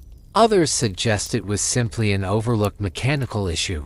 In either case, the concept itself was astonishing: the first armored combat vehicle in history, conceptualized almost 400 years before modern tanks appeared on the battlefield. Another fascinating military design from Leonardo's portfolio was the giant crossbow, often called the scorpion in Renaissance terminology. This enormous siege engine, more than the height of a man, was envisioned as a hybrid between an oversized bow and a mechanical catapult. Its limbs were crafted from flexible wood or laminated materials, while the launch mechanism was engineered to be adjustable, allowing soldiers to vary the tension and therefore the force of the shot. Leonardo's drawings show a sophisticated system of gears, pulleys, and levers, features far beyond anything used in medieval siege weapons. This device would have hurled massive stones or incendiary projectiles over great distances, striking fear into enemy ranks long before the battle even began. He also devoted significant attention to more conventional, but ingeniously improved, designs, multi-barrel cannons capable of firing several rounds in quick succession, a primitive but visionary precursor to the machine gun, advanced trebuchets and catapults, refined with mathematical precision, innovative fortification blueprints, including angled bastions meant to deflect artillery fire, portable bridges for rapid troop movement, and even underwater attack devices, suggesting early forms of diving suits and methods to sabotage ships from below. One of Leonardo's most ambitious proposals was a colossal supercannon, conceived as a weapon capable of shattering even the thickest fortress walls. His notes reveal that he was concerned with overheating, one of the major problems of early artillery, and so he suggested water cooling mechanisms for the cannon's barrel, anticipating technological challenges and their solutions with eerie accuracy. The irony, of course, lies in Leonardo's personal views. He was no warmonger. His writings repeatedly express revulsion toward bloodshed, and he described war as the madness of men. Yet his patrons, powerful rulers like Ludovico Sforza of Milan, expected practical inventions, not philosophical musings. Leonardo understood that to sustain his research, he needed to deliver innovations that would impress these men of power. Military engineering became his compromise, a way to secure financial support, while simultaneously satisfying his restless intellect. It is important to remember that most of Leonardo's inventions were never built in his lifetime. They required metals lighter than steel, engines stronger than human muscle, and precision manufacturing that did not yet exist. But the ideas themselves endured. They slept quietly in his notebooks for centuries until new eras, new technologies, and new visionaries uncovered them and realized how far ahead Leonardo had truly been. Today, many of his military concepts are recognized as the ancestors of modern warfare technologies. Tanks, machine guns, armored vehicles, helicopters, rapid-fire artillery, all these innovations, in one form or another, echo the imagination of a Renaissance genius who lived 5 centuries ago. Leonardo da Vinci was not a man of war, but he was a man of possibility. Where others saw the battlefield as a place of destruction, he saw it as a canvas, a space to test the limits of engineering, physics, and imagination itself.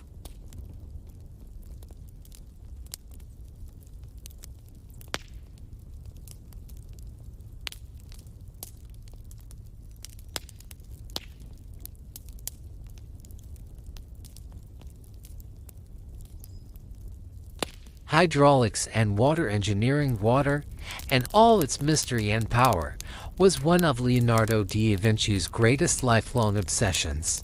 More than any other natural force, it captured his imagination, challenged his intellect, and inspired some of his most groundbreaking ideas. He saw water not merely as a physical substance, but as a living element full of movement, rhythm, danger, and beauty. In his notebooks, he even called it the driving force of all nature. For Leonardo, studying water was both a scientific endeavor and an artistic meditation. He spent countless hours observing rivers and streams, watching how currents carve the landscape, how whirlpools form, how water flows over rocks, how droplets break apart, merge, twist, and fall. These observations filled page after page of his journals, accompanied by elegant drawings that look like something between scientific diagrams and works of art. Leonardo approached water with an analytical precision far ahead of his time.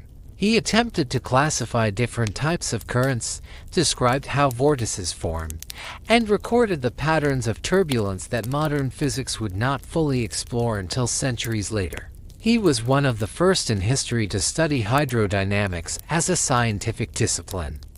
But Leonardo was not content with studying water for its own sake. He wanted to use this knowledge to change the world. During his years in Milan, working under Duke Ludovico Sforza, he dedicated enormous effort to improving the region's waterways.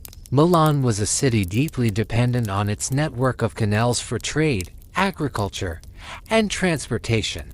Leonardo envisioned a far more advanced hydraulic system, one that could connect Milan to distant towns, stimulate commerce, and transform the region into a flourishing hub of economic power. He designed new types of canals, improved water routes, and most notably reinvented the system of locks. His conceptual mitered lock allowed boats to pass between bodies of water at different levels with far greater efficiency. This innovation later became standard across Europe and shaped the development of canal transport for centuries. Leonardo also designed numerous water-lifting and water-moving mechanisms, spiral pumps, water wheels, irrigation systems, and innovative devices to drain marshes or supply cities with fresh water. One of his most impressive designs was a sophisticated version of the Archimedean screw type of pump capable of raising water to significant heights. Leonardo refined its geometry and mechanics so thoroughly that modern versions of the device still echo his concepts today. He even imagined water clocks, in which the flow of water controlled the movement of gears with extraordinary precision. Yet another example of his attempt to merge engineering with beauty. In the lavish courts and gardens of the Renaissance nobility, Leonardo applied his hydraulic mastery to a different domain, spectacle. He designed elaborate fountains, water theaters, and mechanical water displays that astonished rulers and guests, blending artistry with engineering in a way no other designer of his time could match. But just as Leonardo explored the movement of rivers and machines, he also devoted equal passion to the inner rivers that flow within the human body. For him, the study of water led naturally to the study of life, and in anatomy he found a new frontier. Leonardo's anatomical work stands among the greatest scientific achievements of the Renaissance. Instead of relying on traditional medieval medical texts, he sought knowledge directly from the source, the human body itself. Between approximately 1490 and 1510, he performed numerous dissections, often in secrecy, working late at night in hospitals and morgues. At a time when dissections were frowned upon, even forbidden, Leonardo pushed forward, driven by his insatiable desire to understand how the human machine truly worked. The results were extraordinary. His anatomical drawings remain among the most accurate and insightful in history. He produced detailed depictions of muscles, bones, organs, blood vessels, and nerves. His renderings of the cardiovascular system are particularly astonishing. Leonardo was the first to describe the structure and function of the heart's valves with remarkable accuracy. He identified how they open and close, how blood flows through them, and even proposed early theories of circulation, ideas not proven until centuries later. He drew skulls from multiple angles, mapped the structure of the brain, examined the layers of the eye, and meticulously recorded every observation in mirror-written notes. Many of his drawings are so precise that modern anatomists still marvel at their accuracy. Leonardo viewed anatomy as essential not only for science but for art. He believed that a painter must know the body from the inside out, must understand how muscles stretch, how bones pivot, how ligaments pull, how expressions form. For him, art and anatomy were inseparable. One revealed the truth of form, the other its meaning. Tragically, during Leonardo's lifetime, almost none of this research was published. His notebooks slept in obscurity for centuries, discovered only long after his death. Had his anatomical findings been known earlier, they might have transformed the development of medical science. But even hidden in dusty manuscripts, Leonardo's legacy endured.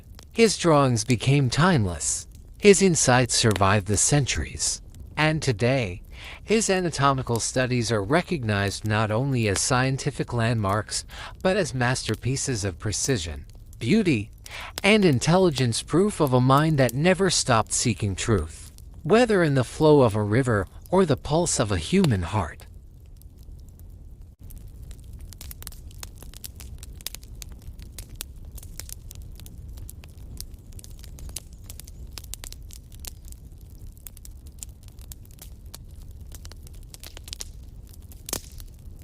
Architecture and urban vision among Leonardo da Vinci's many gifts. His contributions to architecture and urban planning stand as some of the most remarkable and most visionary achievements of his use. Though many of his architectural ideas remain confined to paper during his lifetime, they reveal a mind that saw far beyond the limits of the Renaissance, imagining cities and structures that would not become reality until centuries later. For Leonardo, architecture was never only about constructing beautiful buildings. It was a profound synthesis of art, mathematics, engineering, human needs, natural laws, and aesthetic harmony. He believed that a well-designed building or well-planned city should reflect the same balance and order found in nature. His sketches, diagrams, and notes spanning temples, palaces, bridges, hydraulic projects, fortifications, and even entire metropolitan layouts show an extraordinary breadth of imagination. Guided by scientific precision, Leonardo approached architecture with the same interdisciplinary method that defined all of his work. He analyzed geometry to perfect structural balance, applied anatomical understanding to comprehend the body of buildings, and used his hydraulic expertise to solve challenges of sanitation and infrastructure.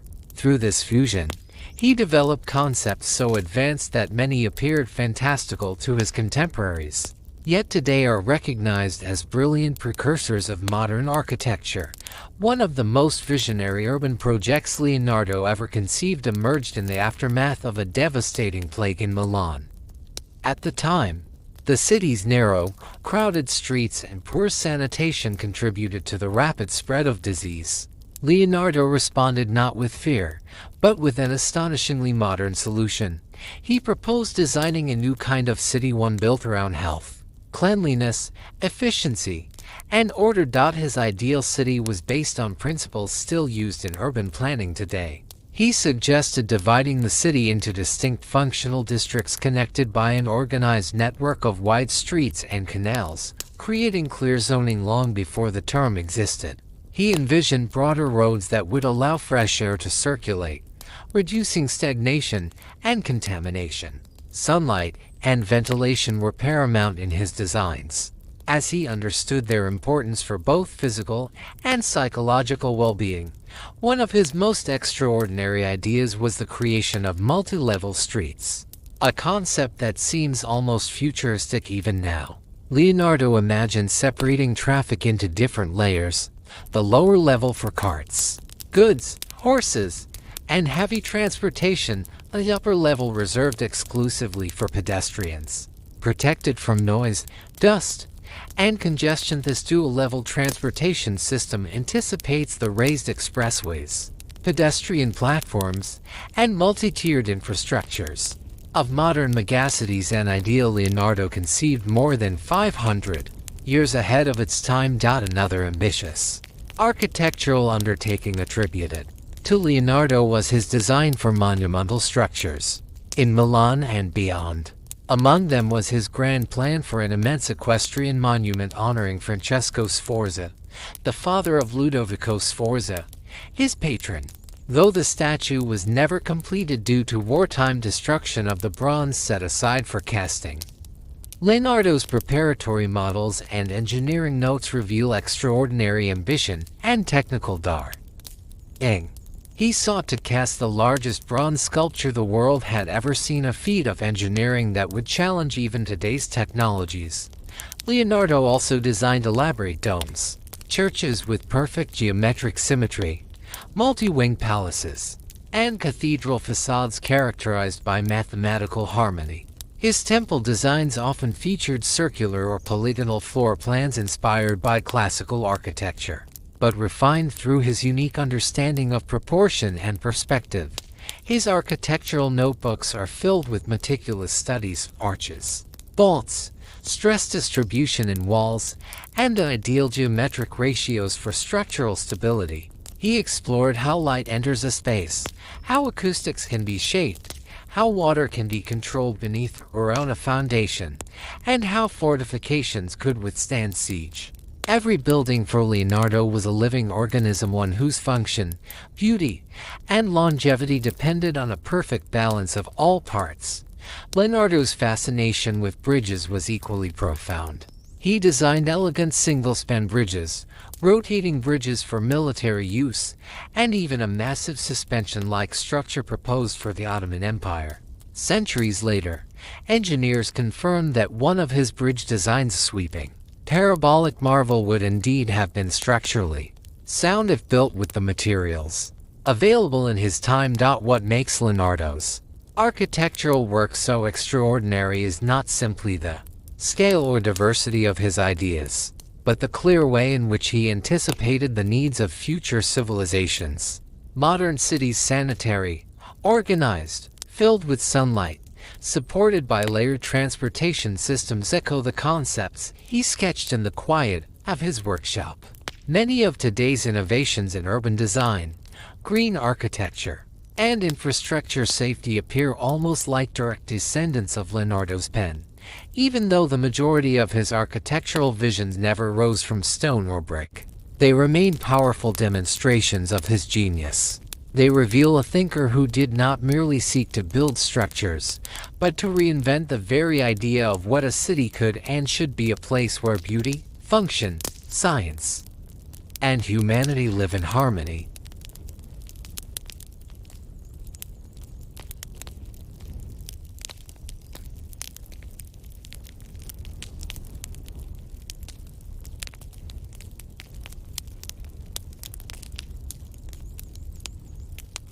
Leonardo's ideal city. One of Leonardo da Vinci's most extraordinary architectural visions was his concept of the ideal city, a meticulously planned metropolis designed not merely for beauty, but for hygiene, efficiency, safety, and the well-being of its inhabitants.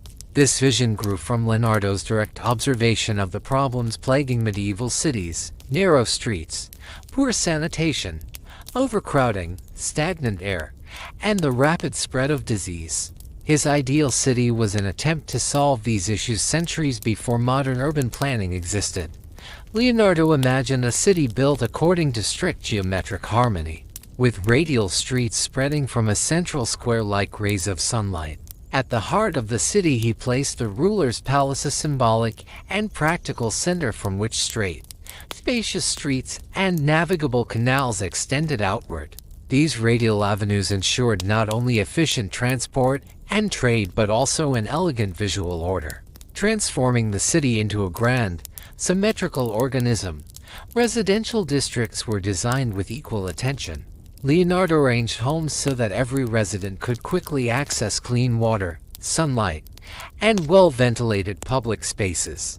His urban plan incorporated broad walkways, open plazas, and a carefully structured system of canals that doubled as both transport routes and natural ventilation corridors. For Leonardo, architecture was inseparable from quality of life. A city must be beautiful, but also functional, healthy, and safe. Among his many visionary proposals, one stands out as particularly bold: the design of a monumental, single-span arched bridge intended for Sultan Bayezid II of the Ottoman Empire in 1502. This bridge was meant to cross the Golden Horn in Constantinople, modern-day Istanbul, and stretch more than 300 meters in length. At a time when engineers relied heavily on multiple supporting pillars, Leonardo proposed a single, sweeping arch with no intermediate supports. Contemporary builders found the idea so radical that the Sultan rejected it, believing it impossible. Yet centuries later, engineers analyzed Leonardo's sketches and confirmed what he had known intuitively. The design was structurally sound and astonishingly advanced. In the late 20th century, a smaller version of this bridge was finally constructed in Norway, proving that Leonardo's 500-year-old idea had been technically feasible all along. But why did so many of Leonardo's brilliant architectural concepts remain only sketches in his notebooks? The reasons are deeply connected to both the limitations of his era and his own unique personality. The first obstacle was the technological gap. Leonardo's ideas were simply too advanced for the materials and engineering methods available during the Renaissance. His flying machines, large-scale bridges, rotating fortifications, and multi-level urban infrastructures required lightweight metals, precision tools, and industrial processes that would not exist for centuries. Only with modern technology did many of his insights become realizable. The second reason lies in Leonardo himself. He possessed a mind of astonishing breadth, restless, curious, constantly leaping from one idea to the next. His imagination moved faster than any patron's resources or any workshop's capacity. He rarely confined himself to a single project for long.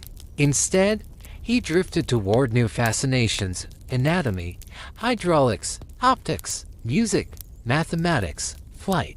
As a result, countless projects remained in an embryonic yet brilliant state, sketched, analyzed, imagined, but never brought to completion. The third reason was the lack of stable funding and political support. Many of Leonardo's architectural and engineering proposals required enormous financial investment, years of labor, and a level of trust in long-term innovation that few rulers possessed. Patrons of the Renaissance often preferred quick, practical results or decorative works that enhanced their prestige.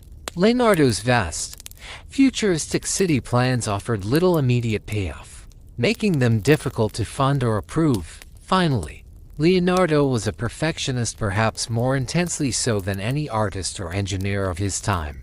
He questioned his own ideas constantly, revising, redrawing, rethinking. If a concept did not satisfy his rigorous standards, he set it aside, convinced that he would eventually discover a better method, a more harmonious proportion, or a more elegant mechanism. Because of this relentless pursuit of perfection, many of his most remarkable visions remained unfinished, suspended in the pages of his notebooks like dreams waiting for the future. And yet, even in their incomplete state, Leonardo's ideal city and his architectural innovations reveal a mind that understood the needs of future civilizations long before they arose. Today, his concepts: clean urban design, multi-level transportation, sustainable planning, geometric harmony form the foundation of modern architecture and city planning. Leonardo did not merely imagine buildings. He imagined entire worlds, centuries ahead of their time.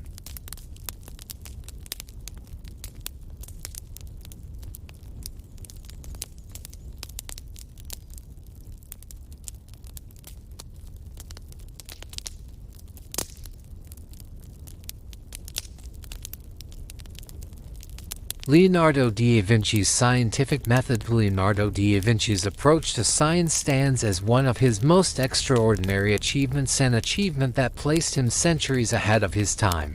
In an era when science was still emerging from the shadows of medieval scholasticism, and when knowledge relied heavily on the authority of ancient texts and religious doctrine, Leonardo introduced an entirely new methodology. He believed that truth could be uncovered only through observation, experiment, and rational inquiry, principles that would not fully define science until the Enlightenment. Long after his death, at the heart of Leonardo's method was careful, systematic observation. He refused to accept ideas simply because they were endorsed by revered scholars or entrenched in popular belief. Instead, he insisted on witnessing natural phenomena with his own eyes and testing them with his own hands. In his notebooks, he wrote, "Those who study the sciences rely on experiment." For Leonardo, genuine knowledge could never be inherited. It had to be earned through curiosity, investigation, and direct experience. Leonardo was one of the very first thinkers in Western history to use experimentation as a tool to verify his hypotheses. This alone makes him a precursor of the modern scientific method. When he wished to understand the nature of water, he did not turn to ancient philosophy. He built miniature hydraulic systems, carved channels in clay, and studied how water moved through them. He observed the formation of eddies, the behavior of currents, the erosion of banks, and the patterns of flowing streams. He repeated these studies over and over, documenting every detail in sketches and explanatory notes. He approached the movement of air with the same experimental rigor. Working with small models of wings, screws, and sails, he tested how air pushed, lifted, or resisted different surfaces. These experiments formed the basis for his visionary flying machines and parachutes. Even his anatomical studies, some of the most accurate in history, were grounded in direct observation. Through dozens of dissections conducted in hospitals and morgues, he analyzed bones, muscles, organs, and blood vessels with unmatched precision. His conclusions were not speculative or inherited, they were empirical. Leonardo's process always followed a clear cycle. He observed a phenomenon, proposed a hypothesis, conducted experiments to test it, and finally recorded his discoveries in meticulous detail. The interplay of theory and practice was, for him, essential. He believed that knowledge could not remain theoretical, it had to be demonstrated, proven, and refined through action. This approach, revolutionary in the 15th century, anticipated the scientific revolutions of the 17th and 18th centuries, those of Galileo, Bacon, and Newton. Leonardo worked alone, long before these figures. Yet he embraced the same foundational principles: skepticism toward authority, reliance on evidence, and the search for universal laws through experiment and observation. In essence, Leonardo da Vinci practiced modern science centuries before the world recognized it as such. His scientific notebooks filled with diagrams, measurements, hypotheses, and methods reveal a mind driven not by dogma but by relentless curiosity. Through this methodical blend of art and science, theory and practice, imagination and precision, Leonardo laid the groundwork for many of the discoveries that would shape the future.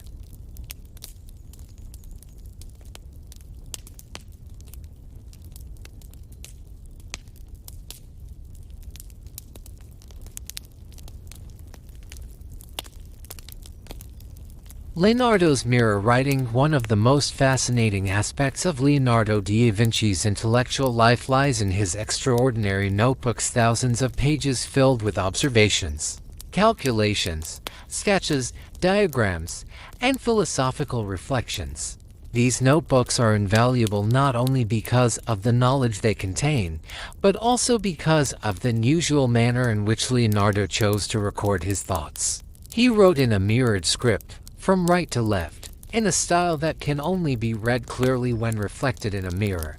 This peculiar habit has intrigued scholars for centuries. Why would Leonardo, a man so devoted to clarity, precision, and communication, choose such an unconventional and cryptic way of writing? There are several theories, each offering its own insight into the mind of the Renaissance genius. The first, and perhaps most widespread explanation, is that Leonardo used mirror writing as a form of intellectual protection. The world he lived in was marked by political intrigue, rivalry, and constant conflict among ruling families, scholars, and artists. Ideas were valuable, and theft of concepts, designs, and inventions was common. Leonardo may have feared that his engineering plans, scientific observations, or anatomical discoveries could be misused, stolen, or misinterpreted. By writing in a reverse script, he created a simple yet effective barrier that discouraged casual readers and safeguarded his discoveries. Another popular theory focuses on Leonardo's physiology. Evidence strongly suggests that he was left-handed. Writing in the conventional manner from left to right would have caused his hand to drag through wet ink, smudging his work and slowing him down. Writing from right to left, in reverse, may simply have been more natural and efficient for him. At a time when left-handedness was often corrected or frowned upon, Leonardo remained characteristically independent, refusing to conform. Mirror writing may have been his practical solution, one that also reflected his contrarian spirit. Third theory proposes that mirror writing stimulated Leonardo's imagination and helped him think beyond conventional boundaries. By forcing his mind to work in reverse, he may have awakened new pathways of creativity, much like solving a puzzle or practicing a mental exercise. This idea fits perfectly with Leonardo's worldview. If you want to see the world differently, you must learn to think differently. And Leonardo constantly sought to escape the constraints of ordinary thinking. Some scholars also believe that mirror writing helped Leonardo separate his private intellectual work from his public artists. Commissions. His notebooks were deeply personal spaces, laboratories of thought where he could question, theorize, and experiment freely.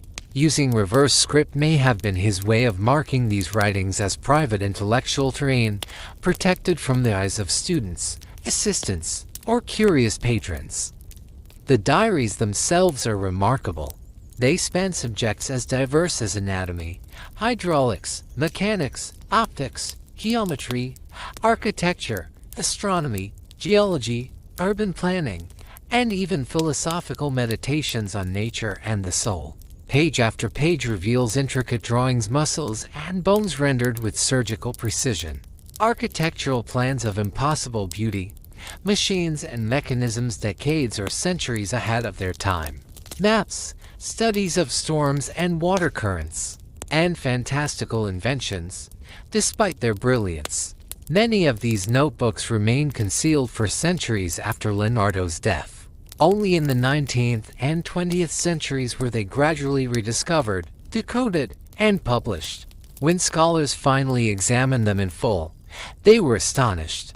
The notebooks proved that Leonardo had anticipated scientific ideas and mechanical innovations long before they were formally developed. They revealed a mind that questioned everything and accepted nothing without proof.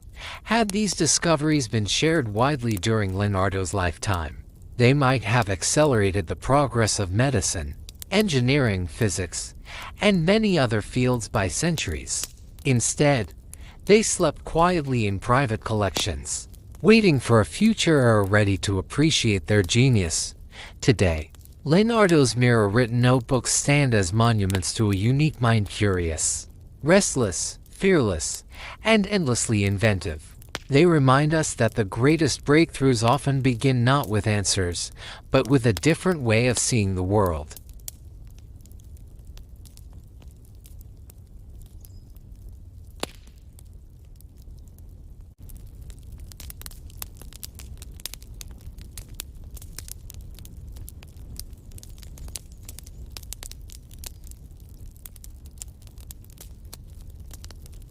Leonardo da Vinci and religion. Leonardo da Vinci's relationship with religion was layered, subtle, and far more complex than one might expect from an artist who created some of the most iconic religious masterpieces of the Renaissance. Although he painted works such as The Last Supper, The Virgin of the Rocks, and numerous depictions of the Madonna, Leonardo's personal attitude toward faith did not fit neatly into the conventional religious framework of his time. He lived during an age when the church dominated every aspect of life: politics, education, science, and culture. To question religious doctrine was risky, at times even dangerous. Yet Leonardo approached religion with the same analytical and inquisitive mind that he applied to every other subject. He was not irreligious, but he was certainly not devout in the traditional sense. Instead, he viewed the world through observation, logic, and the pursuit of natural laws. Where others saw miracles, Leonardo saw mechanisms. Where others invoked divine intervention, he looked for underlying principles and causes. For him, understanding the universe meant studying it directly, not relying merely on scripture or tradition. Leonardo did not deny the existence of God. Rather, he reimagined the divine in a way that harmonized with science. In his eyes, God resembled a cosmic engineer, a master architect who had constructed the universe according to impeccable mathematical order. This view allowed him to reconcile curiosity with reverence.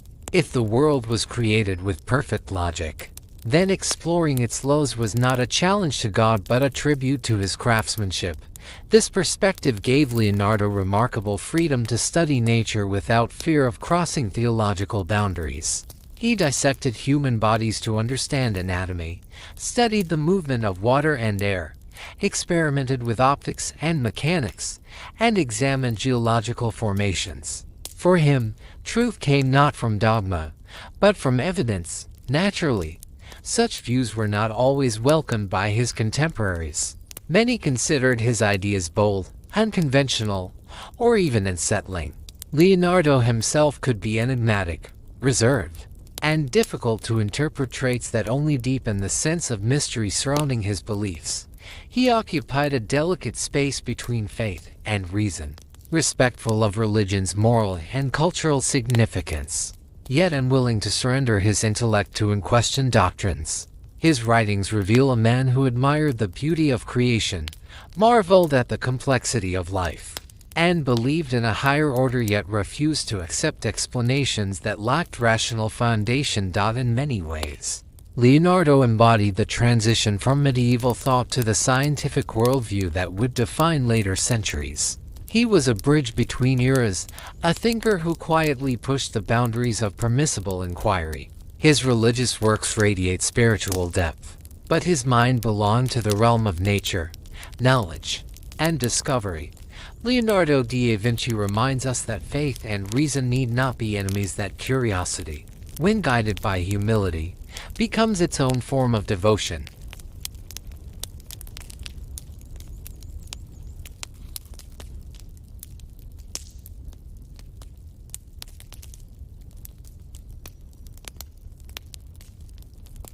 Perfectionism and curiosity, the inner engine of Leonardo da Vinci. One of the defining traits of Leonardo da Vinci's personality, a force that shaped every aspect of his life and legacy, was his extraordinary perfectionism.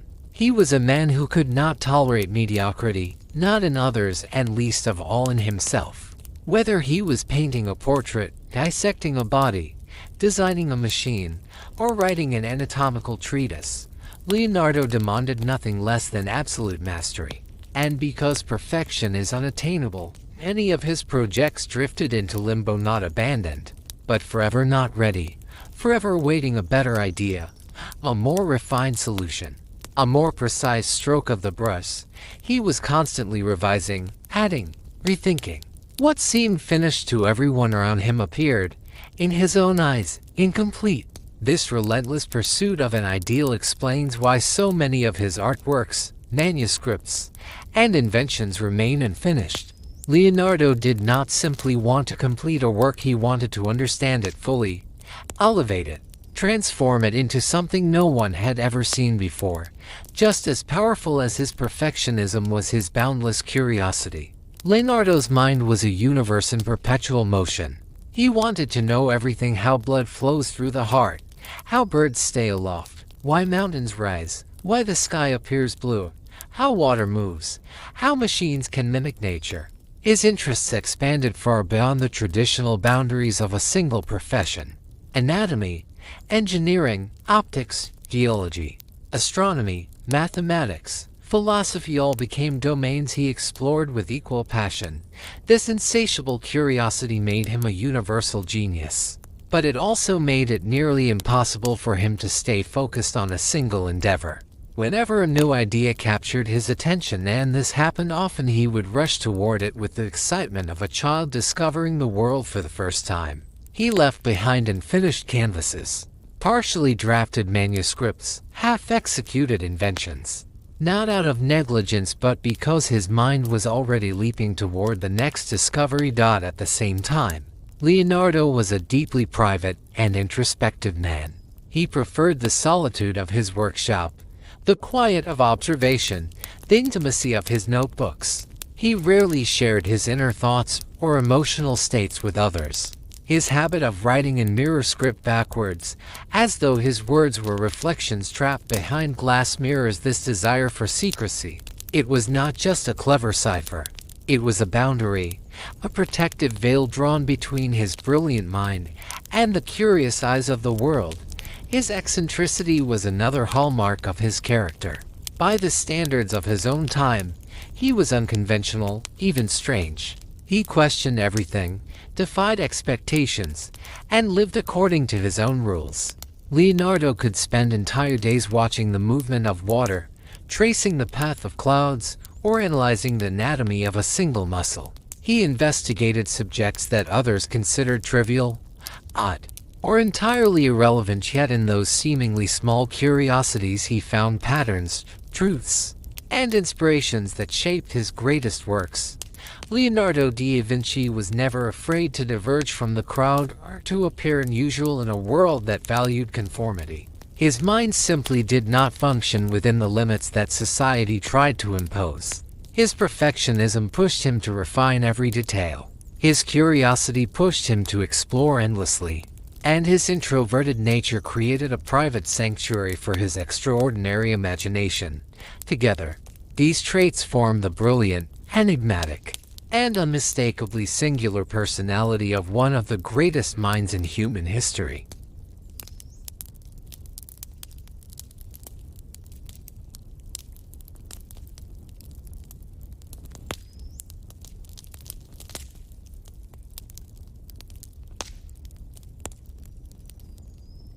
Leonardo da Vinci's personal life and relationships. The personal life of Leonardo da Vinci was as unusual, intricate, and enigmatic as his art.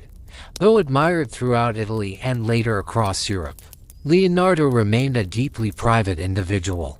Fame did not draw him toward crowds. Recognition did not make him more open.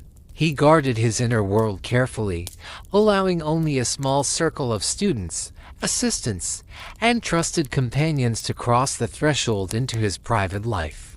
And yet, those few who did become close to him shaped not only his daily existence but also the fate of his legacy. Among the most controversial and intimate figures in Leonardo's life was his longtime companion and student, Giacomo Caproti, better known by his mischievous nickname Soleil, meaning the little devil. Soleil entered Leonardo's workshop as a boy and immediately drew attention with his charm, beauty, and unruly temperament. He was notorious for stealing money, breaking tools, and causing endless trouble, yet Leonardo tolerated it all with surprising patience. He dressed Soleil in fine clothes, forgave him repeatedly, and kept him by his side for more than 20 years.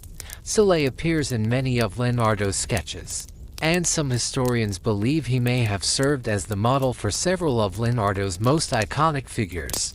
Whether these theories are true or simply romantic speculation, one thing is certain: Soleil occupied a special place in Leonardo's life, a blend of student, muse, assistant, and adopted family member.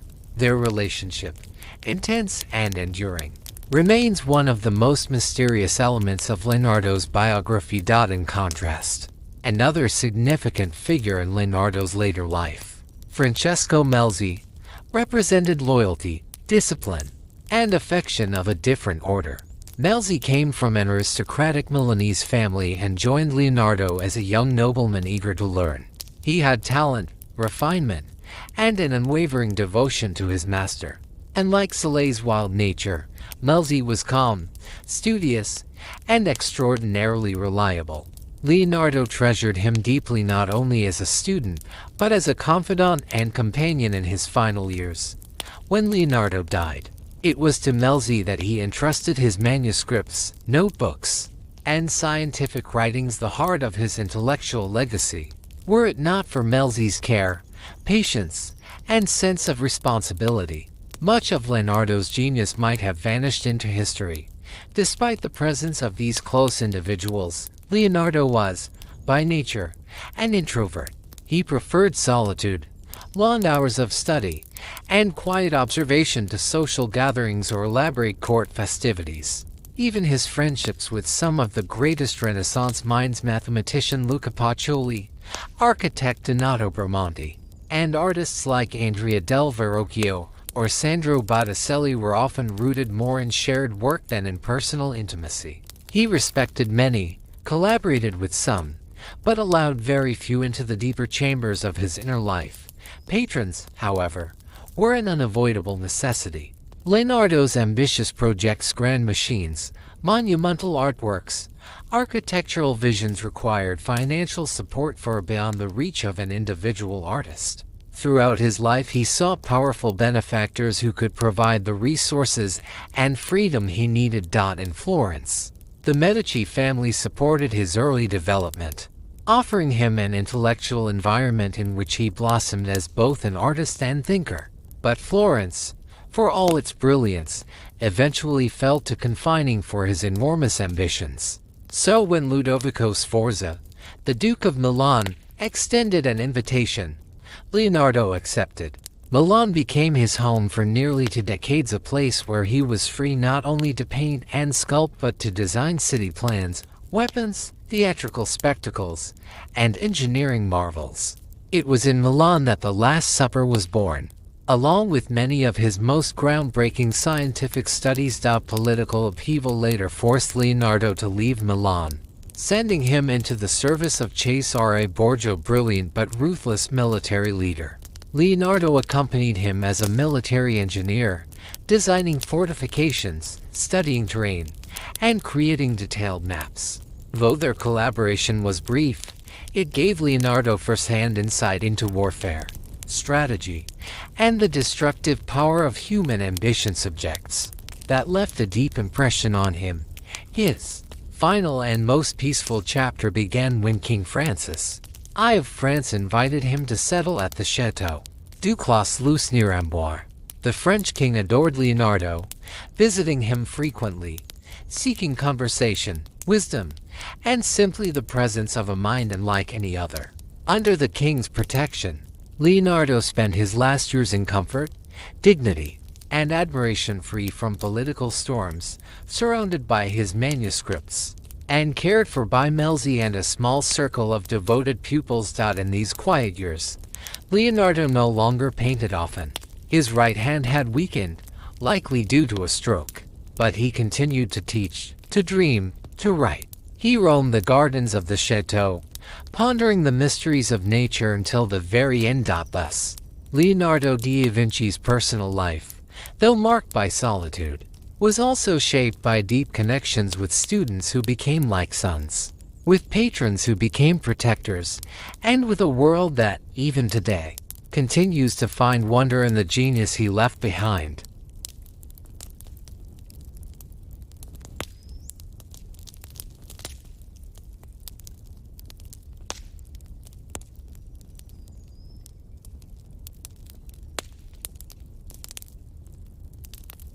The final chapter of Leonardo's life. Why did Leonardo move so often, shifting from city to city, from one patron to another? The answer lies at the heart of his nature. Leonardo da Vinci was not simply an artist, he was a visionary with ambitions so vast that they often exceeded the political, financial, and cultural limits of his time. His ideas demanded resources, freedom, and trust, elements that only a handful of rulers could offer. And so, throughout his life, he wandered from court to court, seeking a place where imagination could flourish without constraint. This restless journey found its peaceful conclusion in France. The final stage of Leonardo's life unfolded within the quiet walls of the Château du Clos, a small residence not far from the royal castle of Amboise. It was here, under the warm and sincere patronage of King Francis I, that Leonardo experienced a sense of stability he had rarely known before. For the first time, he was far from the political turbulence of Italian city-states, far from the rivalries of powerful families and the constant pressure to produce miracles on demand. In France, he was not merely a court artist, he was celebrated as a sage, a philosopher, a man whose wisdom transcended borders. King Francis I admired Leonardo deeply. Their relationship went beyond the formal bond of patron and artist. The king visited Leonardo often, walking with him through the gardens, asking questions, listening to stories of ancient machines, celestial mechanics, and the secret patterns hidden in nature. To Francis I, Leonardo was a marvel, someone unlike anyone he had ever encountered. Freed from the relentless chase for commissions, Leonardo entered a quieter, more introspective phase of life. His hands, weakened by age likely due to a stroke, no longer allowed him to paint with the precision of earlier years. But this limitation did not trouble him as much as one might think. His mind remained sharp, curious, and endlessly active. Instead of creating new masterpieces, Leonardo devoted himself to something equally monumental: organizing and refining the vast collection of notes, sketches, diagrams, and observations he had accumulated over decades. These notebooks were the true map of his genius. Thousands of pages capturing the anatomy of the human body, the movement of water and air, machines that did not yet exist, and philosophical reflections that reached far beyond the concerns of his era. At Clos, Leonardo spent long hours reviewing these manuscripts, attempting to bring order to the immense universe he had created on paper. He knew he would never finish everything he had started, no one person could, but he wanted to leave behind clarity, instructions, a trace of the pathways his mind had traveled. Even as his body aged, his intellect remained luminous. Visitors often described him as calm, contemplative, and still capable of surprising flashes of wit and insight. Yet beneath this tranquility lived a man who understood that time was no longer on his side. The sense of mortality, so absent in his youth, became a quiet companion in his final years. Though he no longer painted often, he walked daily through the gardens of the Château. He observed the flow of streams, studied the structure of plants, and watched the movement of clouds with the same wonder he had felt as a boy in the hills of Vinci. The world was still his greatest teacher, and nature continued to reveal its secrets to him until the end. The last phase of Leonardo's life was not defined by grand projects or ambitious inventions, but by reflection, by the desire to understand the journey of his own mind, to leave behind a legacy that could grow and evolve long after he was gone. And in this peaceful corner of France, far from the cities where he had battled for recognition, Leonardo finally found the freedom he had sought all his life.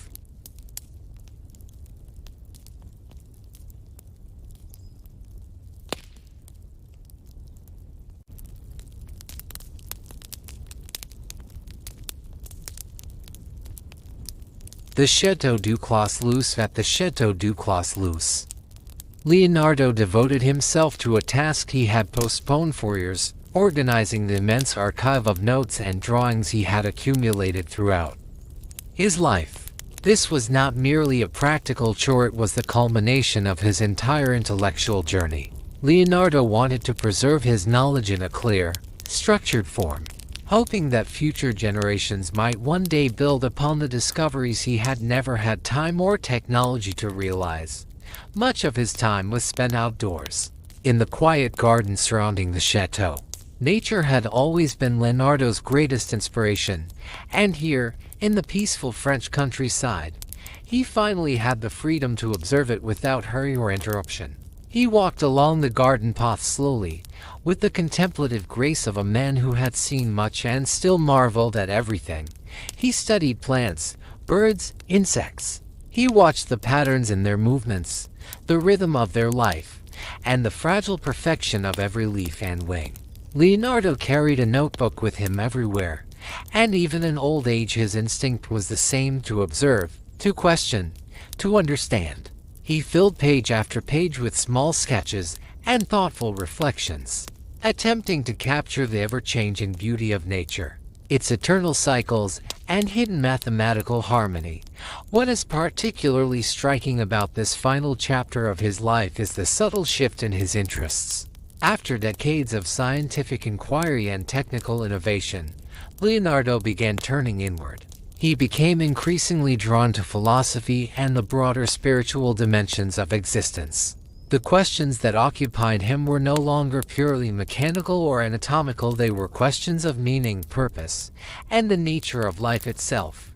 And perhaps this was inevitable.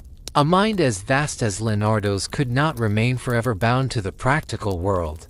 With age came wisdom, and with wisdom came a new kind of curiosity, not about how the world works, but why it exists at all.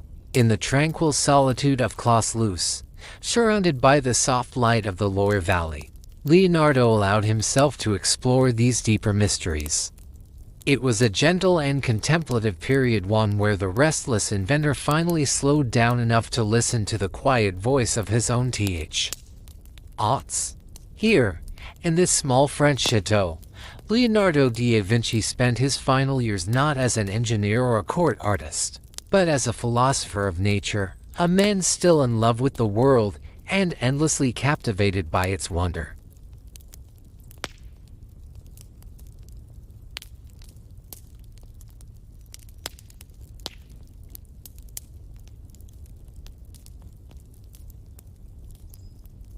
Philosophical reflections in Leonardo's later notebooks. Philosophical reflections appear with increasing frequency. He began to write more often about the human soul, the meaning of life, and the reality of death. Although he had always been guided by reason, observation, and logic, advancing age led him to deeper contemplation of spiritual and existential questions. Leonardo became acutely aware of the fragility and brevity of human life. In several passages, he reflected on the fleeting nature of existence and openly acknowledged a quiet sense of sorrow that despite a life filled with discovery, he had not managed to bring all his ideas to full realization. His mind, endlessly fertile, had always outpaced the limits of time.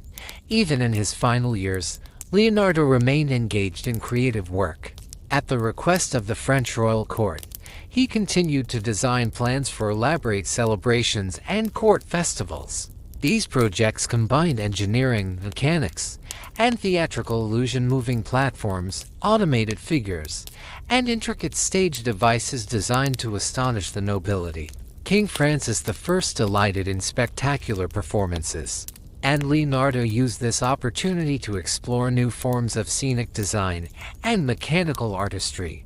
Although many of these projects were never fully realized, they deeply influenced later generations of theater designers and engineers.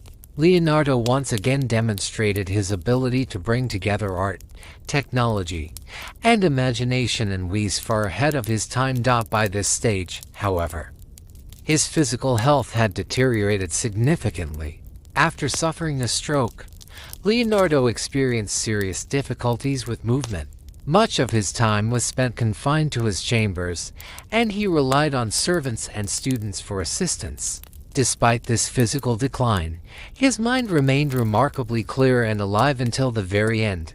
Even when bedridden, Leonardo continued to dictate his thoughts, observations, and ideas, most often to his devoted student, Francesco Melzi, who carefully recorded every word. Clos gradually became a quiet center of intellectual exchange.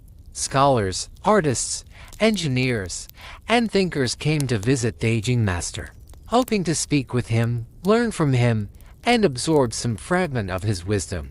Though naturally reserved, Leonardo welcomed meaningful conversations. He discussed science, art, nature, and philosophy with deep insight and warmth. Still, he preferred solitude or the company of a small circle of trusted disciples.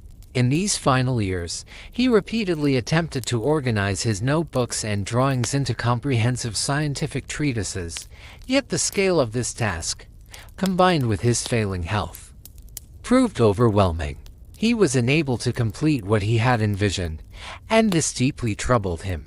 Leonardo increasingly felt the weight of unfinished work and unshared knowledge. He began to look back on his youth with regret, believing he had spent too much time chasing patronage and moving from city to city, instead of consolidating and publishing his discoveries. These reflections reveal a deeply human side of the great genius, one marked not only by brilliance, but by doubt, longing, and an acute awareness of time slipping away. In his final years, Leonardo da Vinci stood at the intersection of achievement and incompletion, a man who had seen further than most, yet still felt the vastness of what remained unexplored.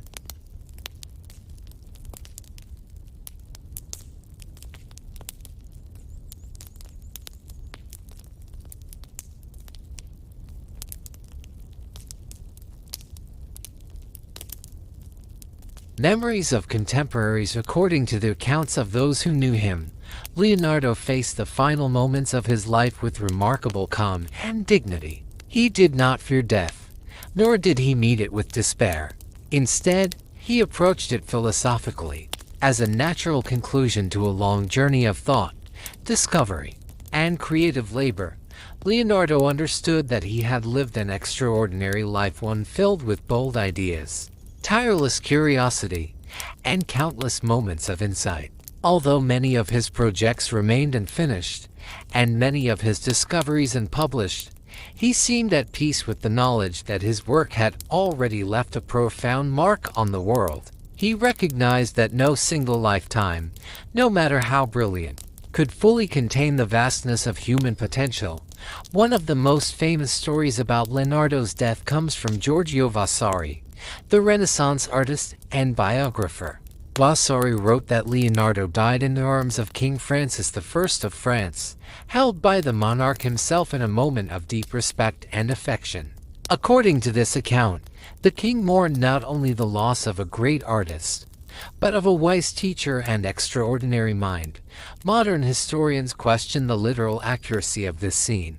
There is little concrete evidence that the king was physically present at the exact moment of Leonardo's death. Yet symbolically, the story carries a deep truth. It reflects the immense admiration, honor, and reverence that Leonardo inspired at the French court and beyond, whether the scene occurred exactly as Vasari described or not. It captures how Leonardo da Vinci was perceived by his contemporaries, not merely as a painter or inventor, but as a singular intellect, a universal genius whose presence elevated all who encountered him. Even in death, he was remembered not with sorrow alone, but with awe, gratitude, and a sense that the world had been permanently changed by his existence.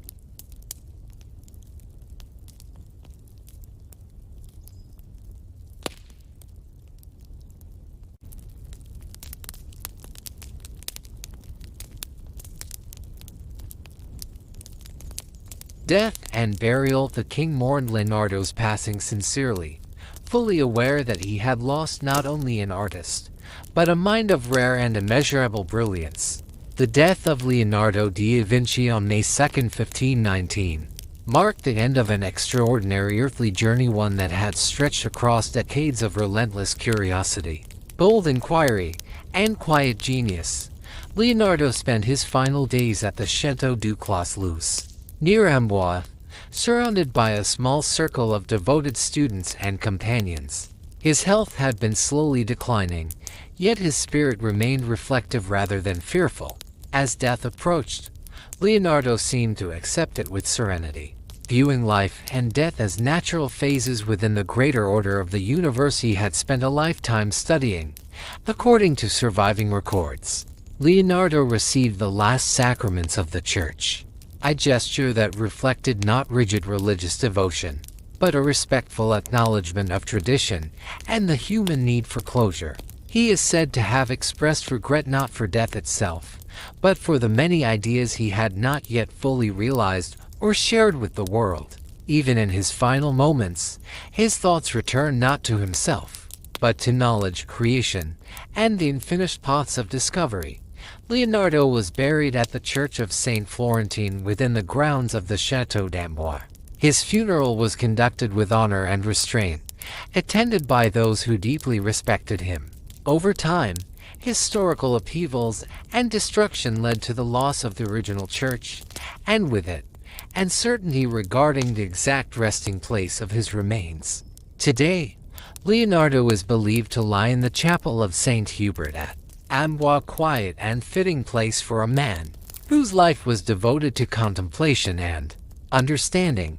Though his physical presence left the world in 1519, Leonardo da Vinci never truly vanished. His ideas, drawings, and questions endured long after his death, continuing to inspire artists, scientists, engineers, and thinkers centuries later. His burial marked the end of a human life, but not the end of his influence.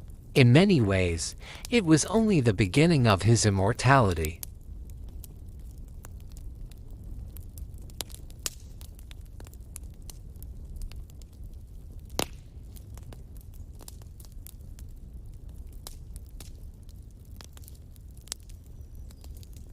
Legacy and recognition. With Leonardo's death, one chapter of his life came to an end, but another, far greater chapter had only just begun.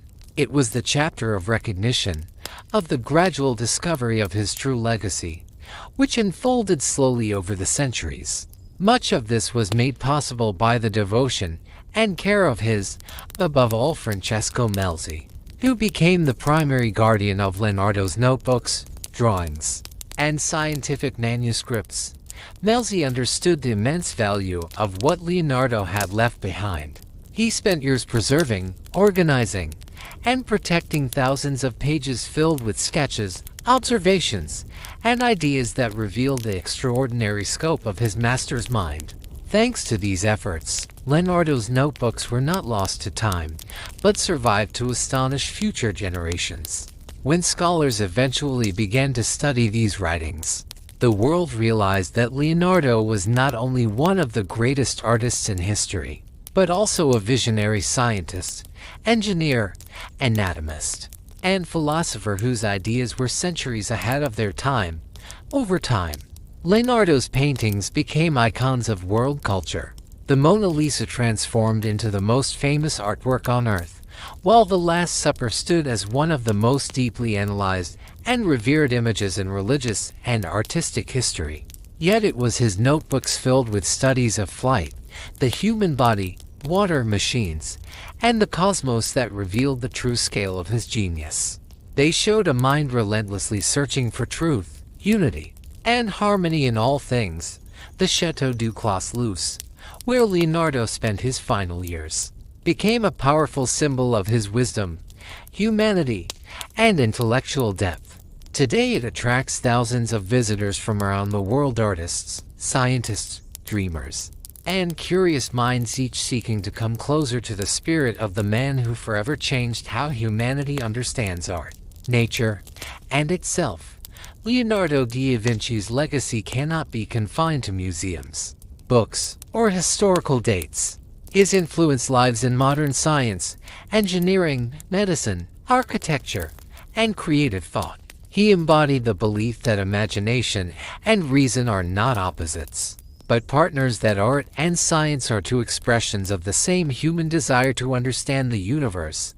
Centuries after his death, Leonardo remains not just a figure of the past, but a companion of the future. His life reminds us that curiosity has no limits, that true genius is born from observation and wonder, and that the human mind, when guided by both intellect and imagination, can touch eternity.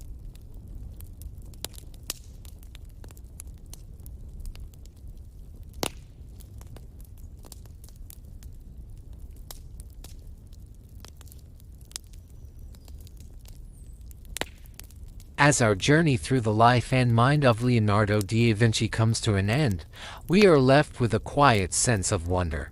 Leonardo was not simply a man of his time, he was a bridge between centuries, a mind that refused to accept boundaries, and a soul driven by endless curiosity. Painter and scientist, engineer and philosopher, dreamer and observer, he saw the world as a living, interconnected whole. Leonardo taught us that knowledge begins with looking closely, with asking questions, with daring to doubt what seems obvious. He believed that nature is the greatest teacher, that beauty follows laws, and that truth reveals itself to those who are patient enough to search for it.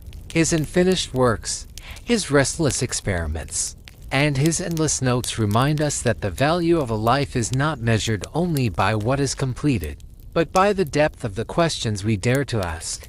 More than 500 years later, Leonardo still speaks to us not through words, but through ideas.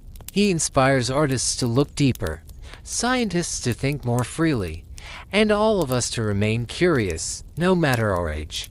In a world that often demands speed and certainty, Leonardo stands as a reminder of the power of slowness, observation, and imagination. As night gently settles in, let these thoughts linger. Let the image of Leonardo quietly sketching, observing nature, questioning the universe stay with you. And perhaps, as you drift into sleep, you will carry with you a small spark of his curiosity, his wonder, and his desire to understand the world just a little more deeply. Thank you for taking this journey with me. Rest well. The story may end here, but curiosity never truly sleeps.